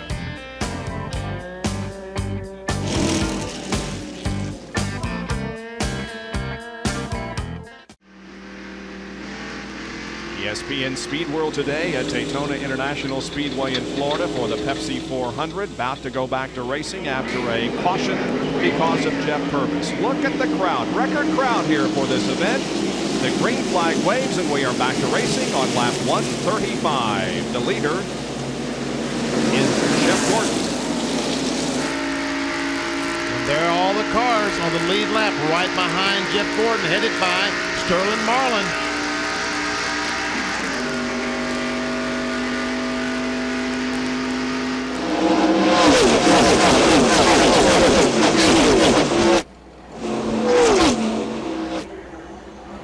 Here's the Budweiser race recap. Jeff Gordon has led 47 of 135 laps. We've had 8 lead changes, 2 cautions for a total of 9 laps, and the average speed 172.144. And those that have led a lap include Earnhardt, Marlin, and others. And those are the drivers that have dropped out of the race. Not a real long attrition list so far in this event. 3 wide here in the tri-oval. Let's find out what our pit reporters are thinking about. We'll start off with you, Chair. Updating adjustments in the top 3 cars. Starting with the car number 6 of Mark Martin. 4 tires and fuel on that pit stop. They made no chassis adjustment. They made a round and a half a wedge on the first stop, and they haven't touched it since. Now, the 4 car, Tony Glover and company for Sterling Marlin, put a round of bite in the left rear to tighten the car up. And remember the adage, you don't make major changes on a super speedway late in the race. Well, Ray Evernham never heard that adage. Here's what they did to his car, number 24, for Jeff Gordon. They pushed the spoiler down, put the fenders in. They changed the air pressure in the right front tire, and they took a round out of the right rear, all hoping to tighten up that car number 24. Let's go to John Curtis. Jerry, nothing that exciting up here on my end of pit road. Business as usual for Dale Earnhardt, Ted Musgrave. 4 tires, gasoline, no chassis adjustments. Jeff Bodine also 4 tires, but they did bump up the spoiler just a bit, trying to get a little more downforce on the rear to tighten that car up. Let's go down to Bill Weber. John, that caution saved Bill Elliott. His team was preparing to pit his car on that lap when Purvis crashed, so they were able to stay out and come in under the yellow. They put 2 rounds in the right side. His setup had soured terribly. Bill simply couldn't hang on, so they think they might be charging back. They're hoping to get a better set of tires this time. Terry Labonte was just told by crew chief Gary Dieter, you're as fast as the leaders, stay tight on the restart. His spotter told him, Terry, all you got to do is pass 15 cars and you'll be right there. Yeah, it sounds easy, but I don't think passing 15 cars is going to be real easy this afternoon. neither do I. And besides the number 716. There we see Terry Labonte as he closes up on the back of Greg Sachs. There's a lead. We see Mark Martin stand on the back bumper of Sterling Marlin. I wondered, Mark Martin kind of maintained between Jeff Gordon and Sterling Marlin, and he did it all by himself. Now, Dale Earnhardt, he's had troubles today. This pit stop, these guys have made some changes, and we see Kyle Petty slow as he comes off that corner. Ooh, he got way up high on the track, loses several positions, but is trying to gain the momentum back. Kyle Petty might have a problem. A couple of lap cars got around him, Ricky Craven and Brett Bodine. And now Ken Schrader has passed him. Now the car seems to be back up to speed, so maybe it was just the fact he got the car out of shape. Or it could have been a situation similar to Mark Martin experienced earlier when the ignition shut off. Could have been. There he is right in front of Morgan Shepherd and the Sitco Ford. I'm on the other side. Got one. Still down low, still down low. Chucky telling Morgan Shepherd the car's still low. They're all around. They're all around. And the word is that Kyle just got out of shape and had to get out of the throttle, and before he knew it, he lost several positions. James, he tries to find his way back to the front. Come on the outside, on the outside. Clear after the 10, clear all around. Inside, inside. Clear after the 23, clear all around. And those spotters got more to do in spot, don't they? They really do inform you as to where the other drivers are and what you should do.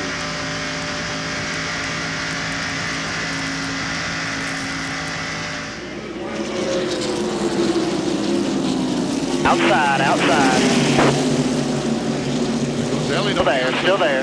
Morgan Shepherd now Back on the gets inside. 26 trying to get on the inside. These guys about to run Still on the Chucky to inside. death. Still one on the inside. Clear behind the 33. You're racing the car behind you. Racing the 71. Clear all around. Let's go. Morgan is 23rd, and the 71 at Big Mark is 24th. There we see Elliott losing some spots to Hut Strickland. He's caught on the outside right now, and jeopardy of losing many spots as Michael Waltrip tries to get by. Here comes Robert Presley trying to follow Michael. We got 19 laps to go, Benny. This thing is going to be ended here before we know it. Sure is.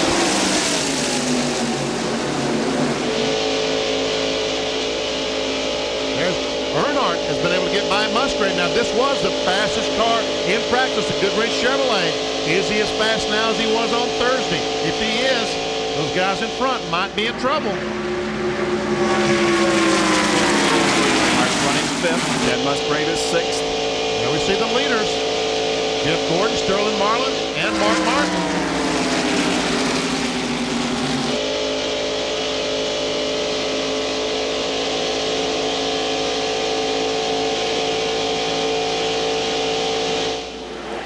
Goes Earnhardt trying to get by Trickle. Musgrave can't do it. Cannot do it. Now he'll go to the high side as he did for the early part of this race, way up on the upper groove. And now he's got to run on Trickle. Trying to take over 4th spot. Let's watch from Ted Musgrave. He did it. He got 4th. And you heard the spotter for Dick Trickle.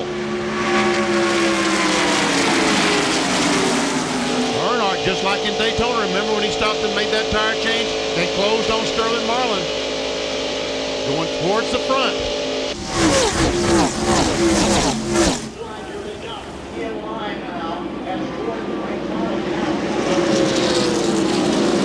Lake speed. Well, he's had a good race. He's had a good race. Kenny Schrader going by Jeff Bodine, the Lowe's hardware car. Until he lost the lap, he ran with the top 10, but now Lake has dropped back to 20th position, a lap down. And he was racing with the 11 for the spot, so now he has that position on Brett Bodine. Here's the race for the lead. We know how strong strong Gordon is. Sterling Marlin, we know how strong he is. Here we see Strickland trying to bypass Ricky Rudd. That's for 10th position. Like they're about even, huh? Yeah, they do. Now it's the low groove, the shorter way around the racetrack, going to work for Strickland. Here comes Michael Waltrip to help him. And Robert Presley and Bill Elliott. Now they move back. So Michael says, okay, you can't outride on the inside. Here comes Presley and Bill Elliott. Elliott couldn't get the job done.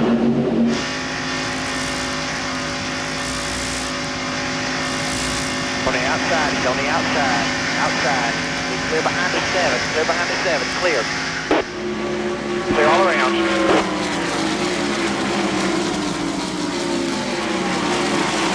Trying on the inside. Battle for position, Marcus and Shepard. Still there. And Derek Copey is now running 16. Deep C. Clear all around.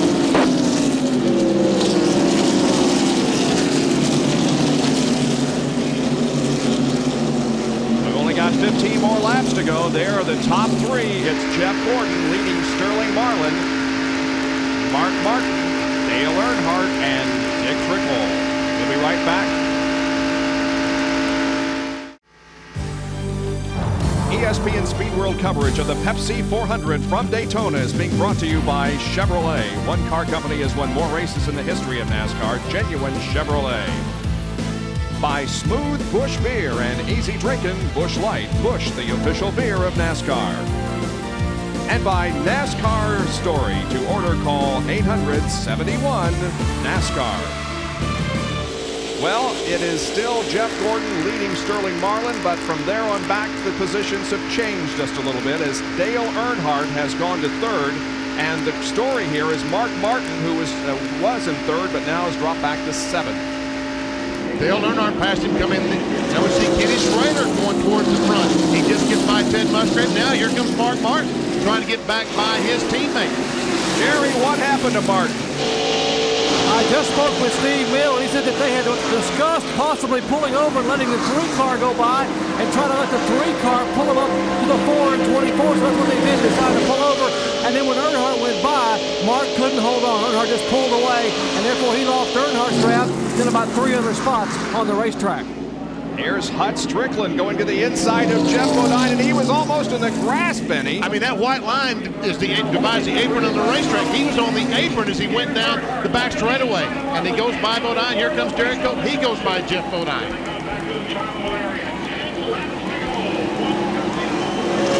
Now let's go back to the front. Is this how we started the race or what? First, second, and third of the points are running in the top 3 at the moment. Sterling Marlin, the points leader, is second, or rather, second. Dale Earnhardt, who is second in points, is third, and Jeff Gordon, who is third in points, is the leader. And here comes Earnhardt trying to take second from Marlin. Just like Spencer did last year in the 400 when he passed Ernie Irvin. Earnhardt got that run up high in 1 and 2 and went right by Sterling Marlin. He'll be trying that on Jeff Gordon now. Quite a story for Dale Earnhardt, who appeared to be struggling immensely in the early part of this race, having to go way up high to keep the car from spinning. And now the Richard Childress team and Dale Earnhardt have moved to second, have their eyes set on Jeff Gordon. There are 9 laps to go in the Pepsi 400. This is getting to be a very familiar picture here in Daytona. Jeff Gordon and Dale Earnhardt. Watch, he'll go high, try to get that run coming off the corner.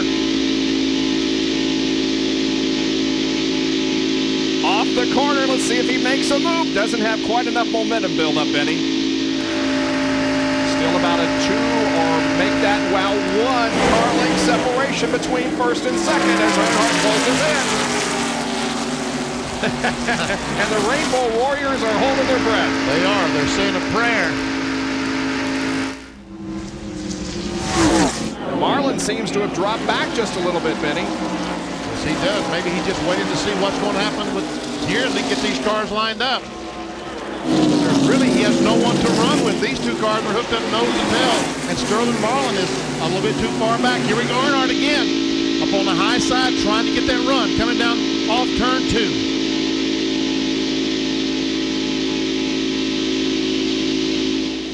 He lost ground that time. Yeah, he did. And here comes Trickle and Schrader.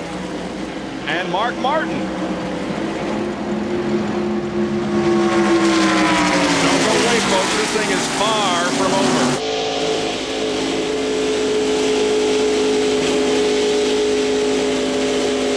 Mark Martin's in cars. He watches Kenny Schrader. How about Dale Earnhardt running second right behind Jeff Gordon?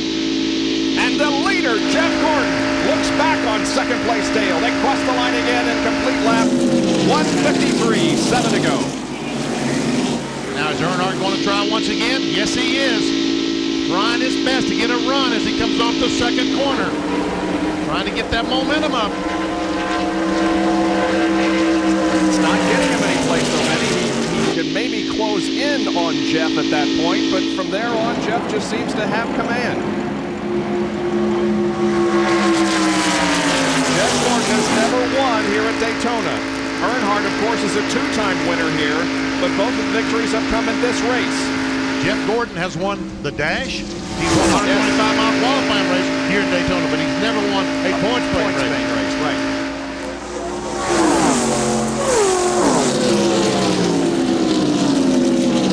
Bill Elliott going by leg speed, trying to get back to the front. The 9 car is a lap down. Bill Elliott running in 10th position.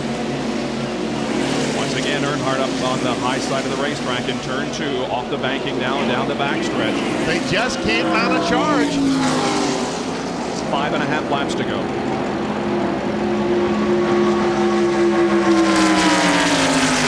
Jeff Gordon won at Rockingham. He won at Atlanta and then won on a short track at Bristol. Looking for his 4th win of the year, Dale Earnhardt seeks his 3rd win of the year. He won at North Wilkesboro and at Sears Point. Here's a completion of lap 155. And we can see the difference that the draft is making. These two cars running together with 5 laps to go are pulling ever so slightly away from Sterling Marlin. Earnhardt's going to try that once again. I think he's got some momentum built up this time, Benny. Let's see what happens off the corner. Nope. Looked like he had a better shot at it that time than in previous laps, but still was not able to get around Jeff Gordon. And Richard Childress is loving every minute of it. Would like it a lot better if his driver were in the lead. That's right. He would like it a lot better if his driver was in the lead.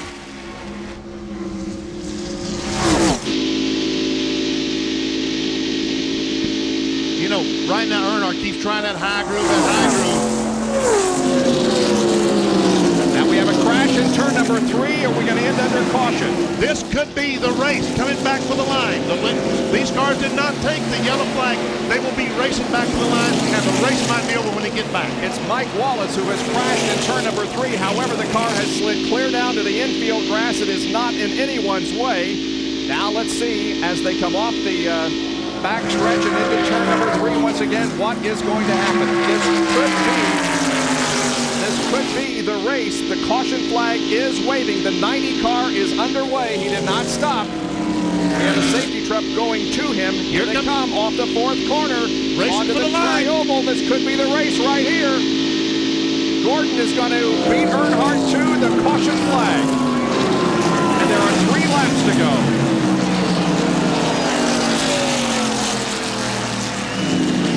There we see Mike Wallace. He has a car off the racetrack. They'll send out a truck quickly to see if there's any debris down there. And we might see green, white at the same time. Yep, they would have to get the 1 more lap to go signal this time around. That would signify the completion of lap 198. 158?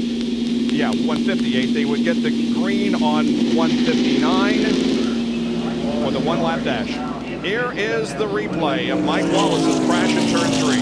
He goes up, just brushes the wall with the rear and goes up, and I think he's going to do the damage to the front when he comes down off the bank and hits the apron of the racetrack.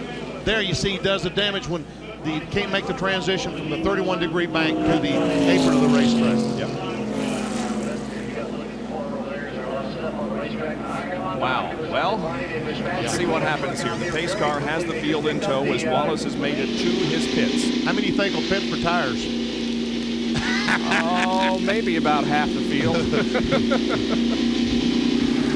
Okay, let's take a break here before this conclusion of the Pepsi 400. Don't go away. The race isn't over yet.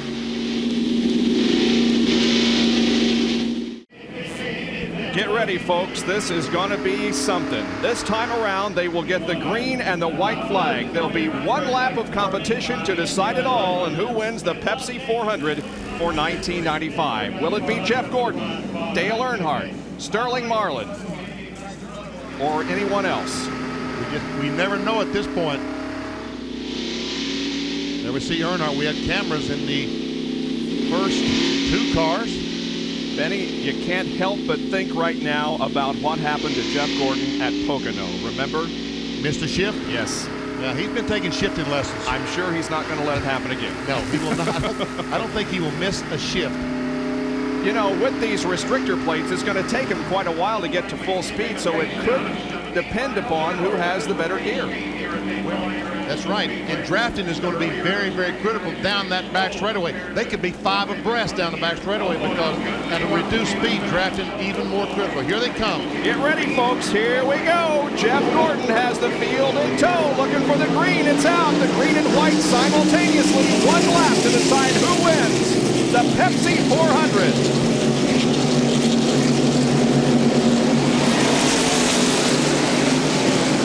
Marlin goes to the inside of Earnhardt. Earnhardt blocked down low. Earnhardt blocked Marlin down low. Mark Martin has the high side of the racetrack in turn 2 as they come off of the corner and down the backstretch for the final time. Jeff Gordon still has the lead. We have contact between a couple of cars, but everybody keeps it straight. They battle for position. Sterling Marlin down to the outside of Earnhardt. He has the piece by Earnhardt. Jeff Gordon, though, has about a car length and a half lead on Marlin and Earnhardt as they battle for second position through the third and fourth corners. That battle side by side should give the race to Jeff Gordon. Here they come. Jeff Gordon has the lead. Earnhardt moves to the inside. They scramble. It's Jeff Gordon winning. And I think Marlin got second. Oh, and we have contact between a couple of cars as they cross the line, but everybody is okay. Wow. Martin, I should say Jeff Gordon has won the Pepsi 400. And you think that young man isn't happy? He's talking to the crew. We saw him on the radio talking to Ray Evernham and whoever's listening. Man. Got that winning that down, telling all those people just how happy he is. Here's Jerry Punch. Ray Evernham, it doesn't get any better than that. No, that was really great. You know, we got to thank God first because, you know, he's the most important one. But these guys here, you know, Jeff Gordon and this crew, Rick Hendrick, everybody, this makes me feel really good. Our car kind of went away and the guys got it back. They made 1,000 adjustments on that last pit stop and still got out in the lead. You know, my hat's off to Tony Glover and his guys and Andy and his guys. But, boy, it's a real nice one. It makes victory sweet, especially after the problem we had here in the Daytona 500. Can you tell he's excited, folks? They're still jumping up and down here in the DuPont pits, and they are going to run to victory lane as their young wonder boy, they might call him Beach Boy now, has won his first at Daytona. Bob? Well, here is the battle between Marlin and Earnhardt for second place as they came down. They touched, they rubbed. They touched again. And that's how they finished. You know, it reminded me of Bill Elliott. Oh, there we see the contact between Robert Presley and Jimmy Spencer. Yeah. It reminded me of Bill Elliott and Rick Wilson several years ago. There we see, look at the damage to the rear. Yeah. Yep. Jeff Gordon will be the one we talk with in victory lane when we come back to Daytona.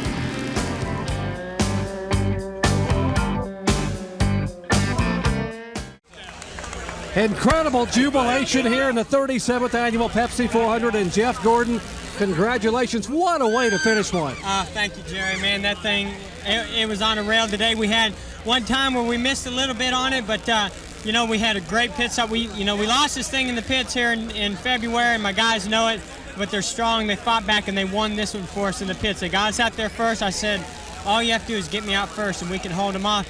I didn't want to see that caution because Earnhardt's the best there is on restarts, and luckily him and Sterling were battling back there, and we come across the finish first, man. It was awesome. Awesome. What was going through your mind when you saw the green and the white wave simultaneously? What did you think Earnhardt and the 4 car were going to try to do in that final lap?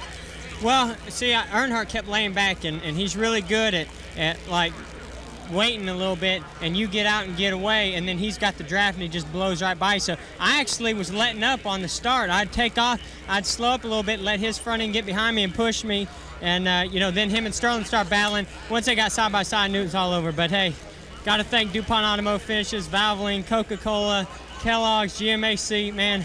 It's just a ton of people on this car. Goodyear, man, they had a great tire today. I'm really, really proud of this team. They did a great job. We haven't won here an official race, and this is the one. This is the one to win. That's about as official as you can get. His 4th win of the year. They call him Wonder Boy. How about Bonus Boy? He won the Unical bonus. Try Beach Boy, his first win at Daytona Beach. Let's go to Bill Weber. Jeff Gordon has won his 6th career victory, his 5th on a super speedway, and his 4th of 1995 and his 77th NASCAR Winston Cup race. And Sterling Marlin, congratulations, a 2nd place finish. You've been a part of some thrilling conclusions here at Daytona. Well, we come up a little short. We had a real good car, and we just got off on the chassis at the last. Couldn't, the car got to pushing real bad, and we had to lift, and lucky to get 2nd. Dale was coming at the end, and we had a good battle there at the end, fighting for 2nd. So come up a little short. Like I say hi to my grandmama at home. She's a little puny, so we'll be able to see. Can you walk us through that last lap, take us around, Sterling? Well, we went in 1, and I had a good run at Dale and started on the outside, and he moved up, so I cut under him, and he cut down on me.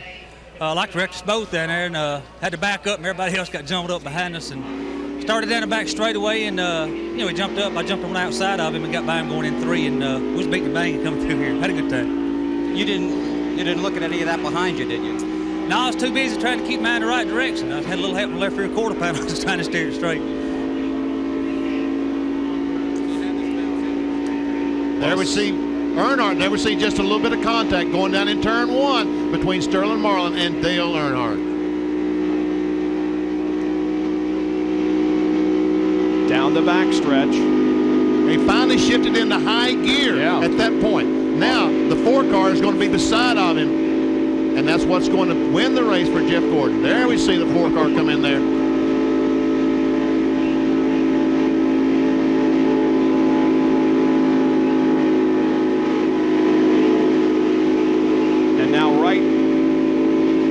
Touch. Yep. And they touch again. Wow. Oh, and there's the line. Marlin with a 2nd place finish. And the guy with the best view of that whole thing was the one who was finishing in 4th position. And that, of course, was Mark Martin. You got to hurry. Go, Bill. Well, Mark, 4th place finish here today. Some wild moments down the stretch. Well, that's what happens when you have cautions on these speedway races. Ben, it was wonderful going green all that long distance. Our car, we didn't have anything for those Chevrolets at all. But on the long runs, we could hold her on pretty good. And I was hoping it'd go green all the way. Those last 2 cautions, it killed us. Then we lucked up and got a 4th place anyway. So we'll take it as we had an awful good Ford today, and so did Ted Musgrave. And we got to be proud of that. Good day for Roush Racing. Now let's hear from Dale Earnhardt. Well, Dale, what a finish there. You almost had it, but just not quite enough, huh? Well, 2nd was all I was going to get, it looked like, and then they had the caution. And that last lap, it was all I could do, just keep Sterling behind me much. If he had passed me, they'd all passed me, and it was a bump and run kind of thing. It was just using all the race car we could, but, he got by us anyway. He had the best car in the last lap there. But a great job by your crew after having that miscue on the pit stop. You got behind. They worked on the handling all day.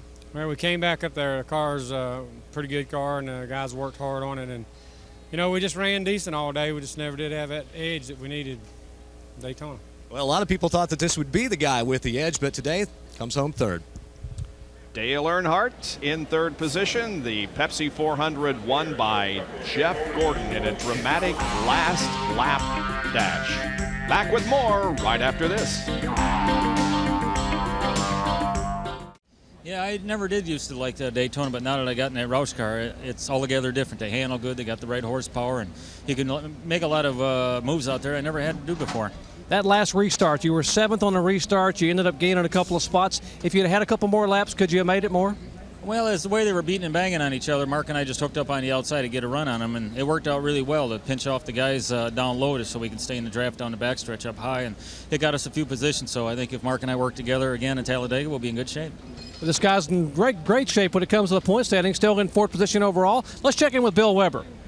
Well, Jerry, there's a Hendrick Motorsports car in victory lane, but no one was more determined on that last lap than Ken Schrader. You were trying to make yourself a hole there, weren't you? Yeah, I was worried about Mark and Ted getting underneath me and worrying about that. I let them get on the outside of me, and I kept trying to cut Mark up, but I was pretty sure he had about a foot, and didn't need to wreck any of us right then. So we come away 6th with the Budweiser car after the way our year's been going. That's not bad. I think we've been top 6 last 7 years in this race, so not too bad. We'll get them next week.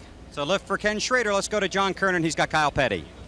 Well, Kyle Petty looks pretty good right now. He's sitting here doing the interview on MRN Radio. Kyle, of course, a few races we have seen you this year, Kyle. You get out and you look worn out, but you had a little something different in the car, something that we showed the folks at Talladega that Bob Shack had in an ARCA race to blow cool air into your helmet. How did it help?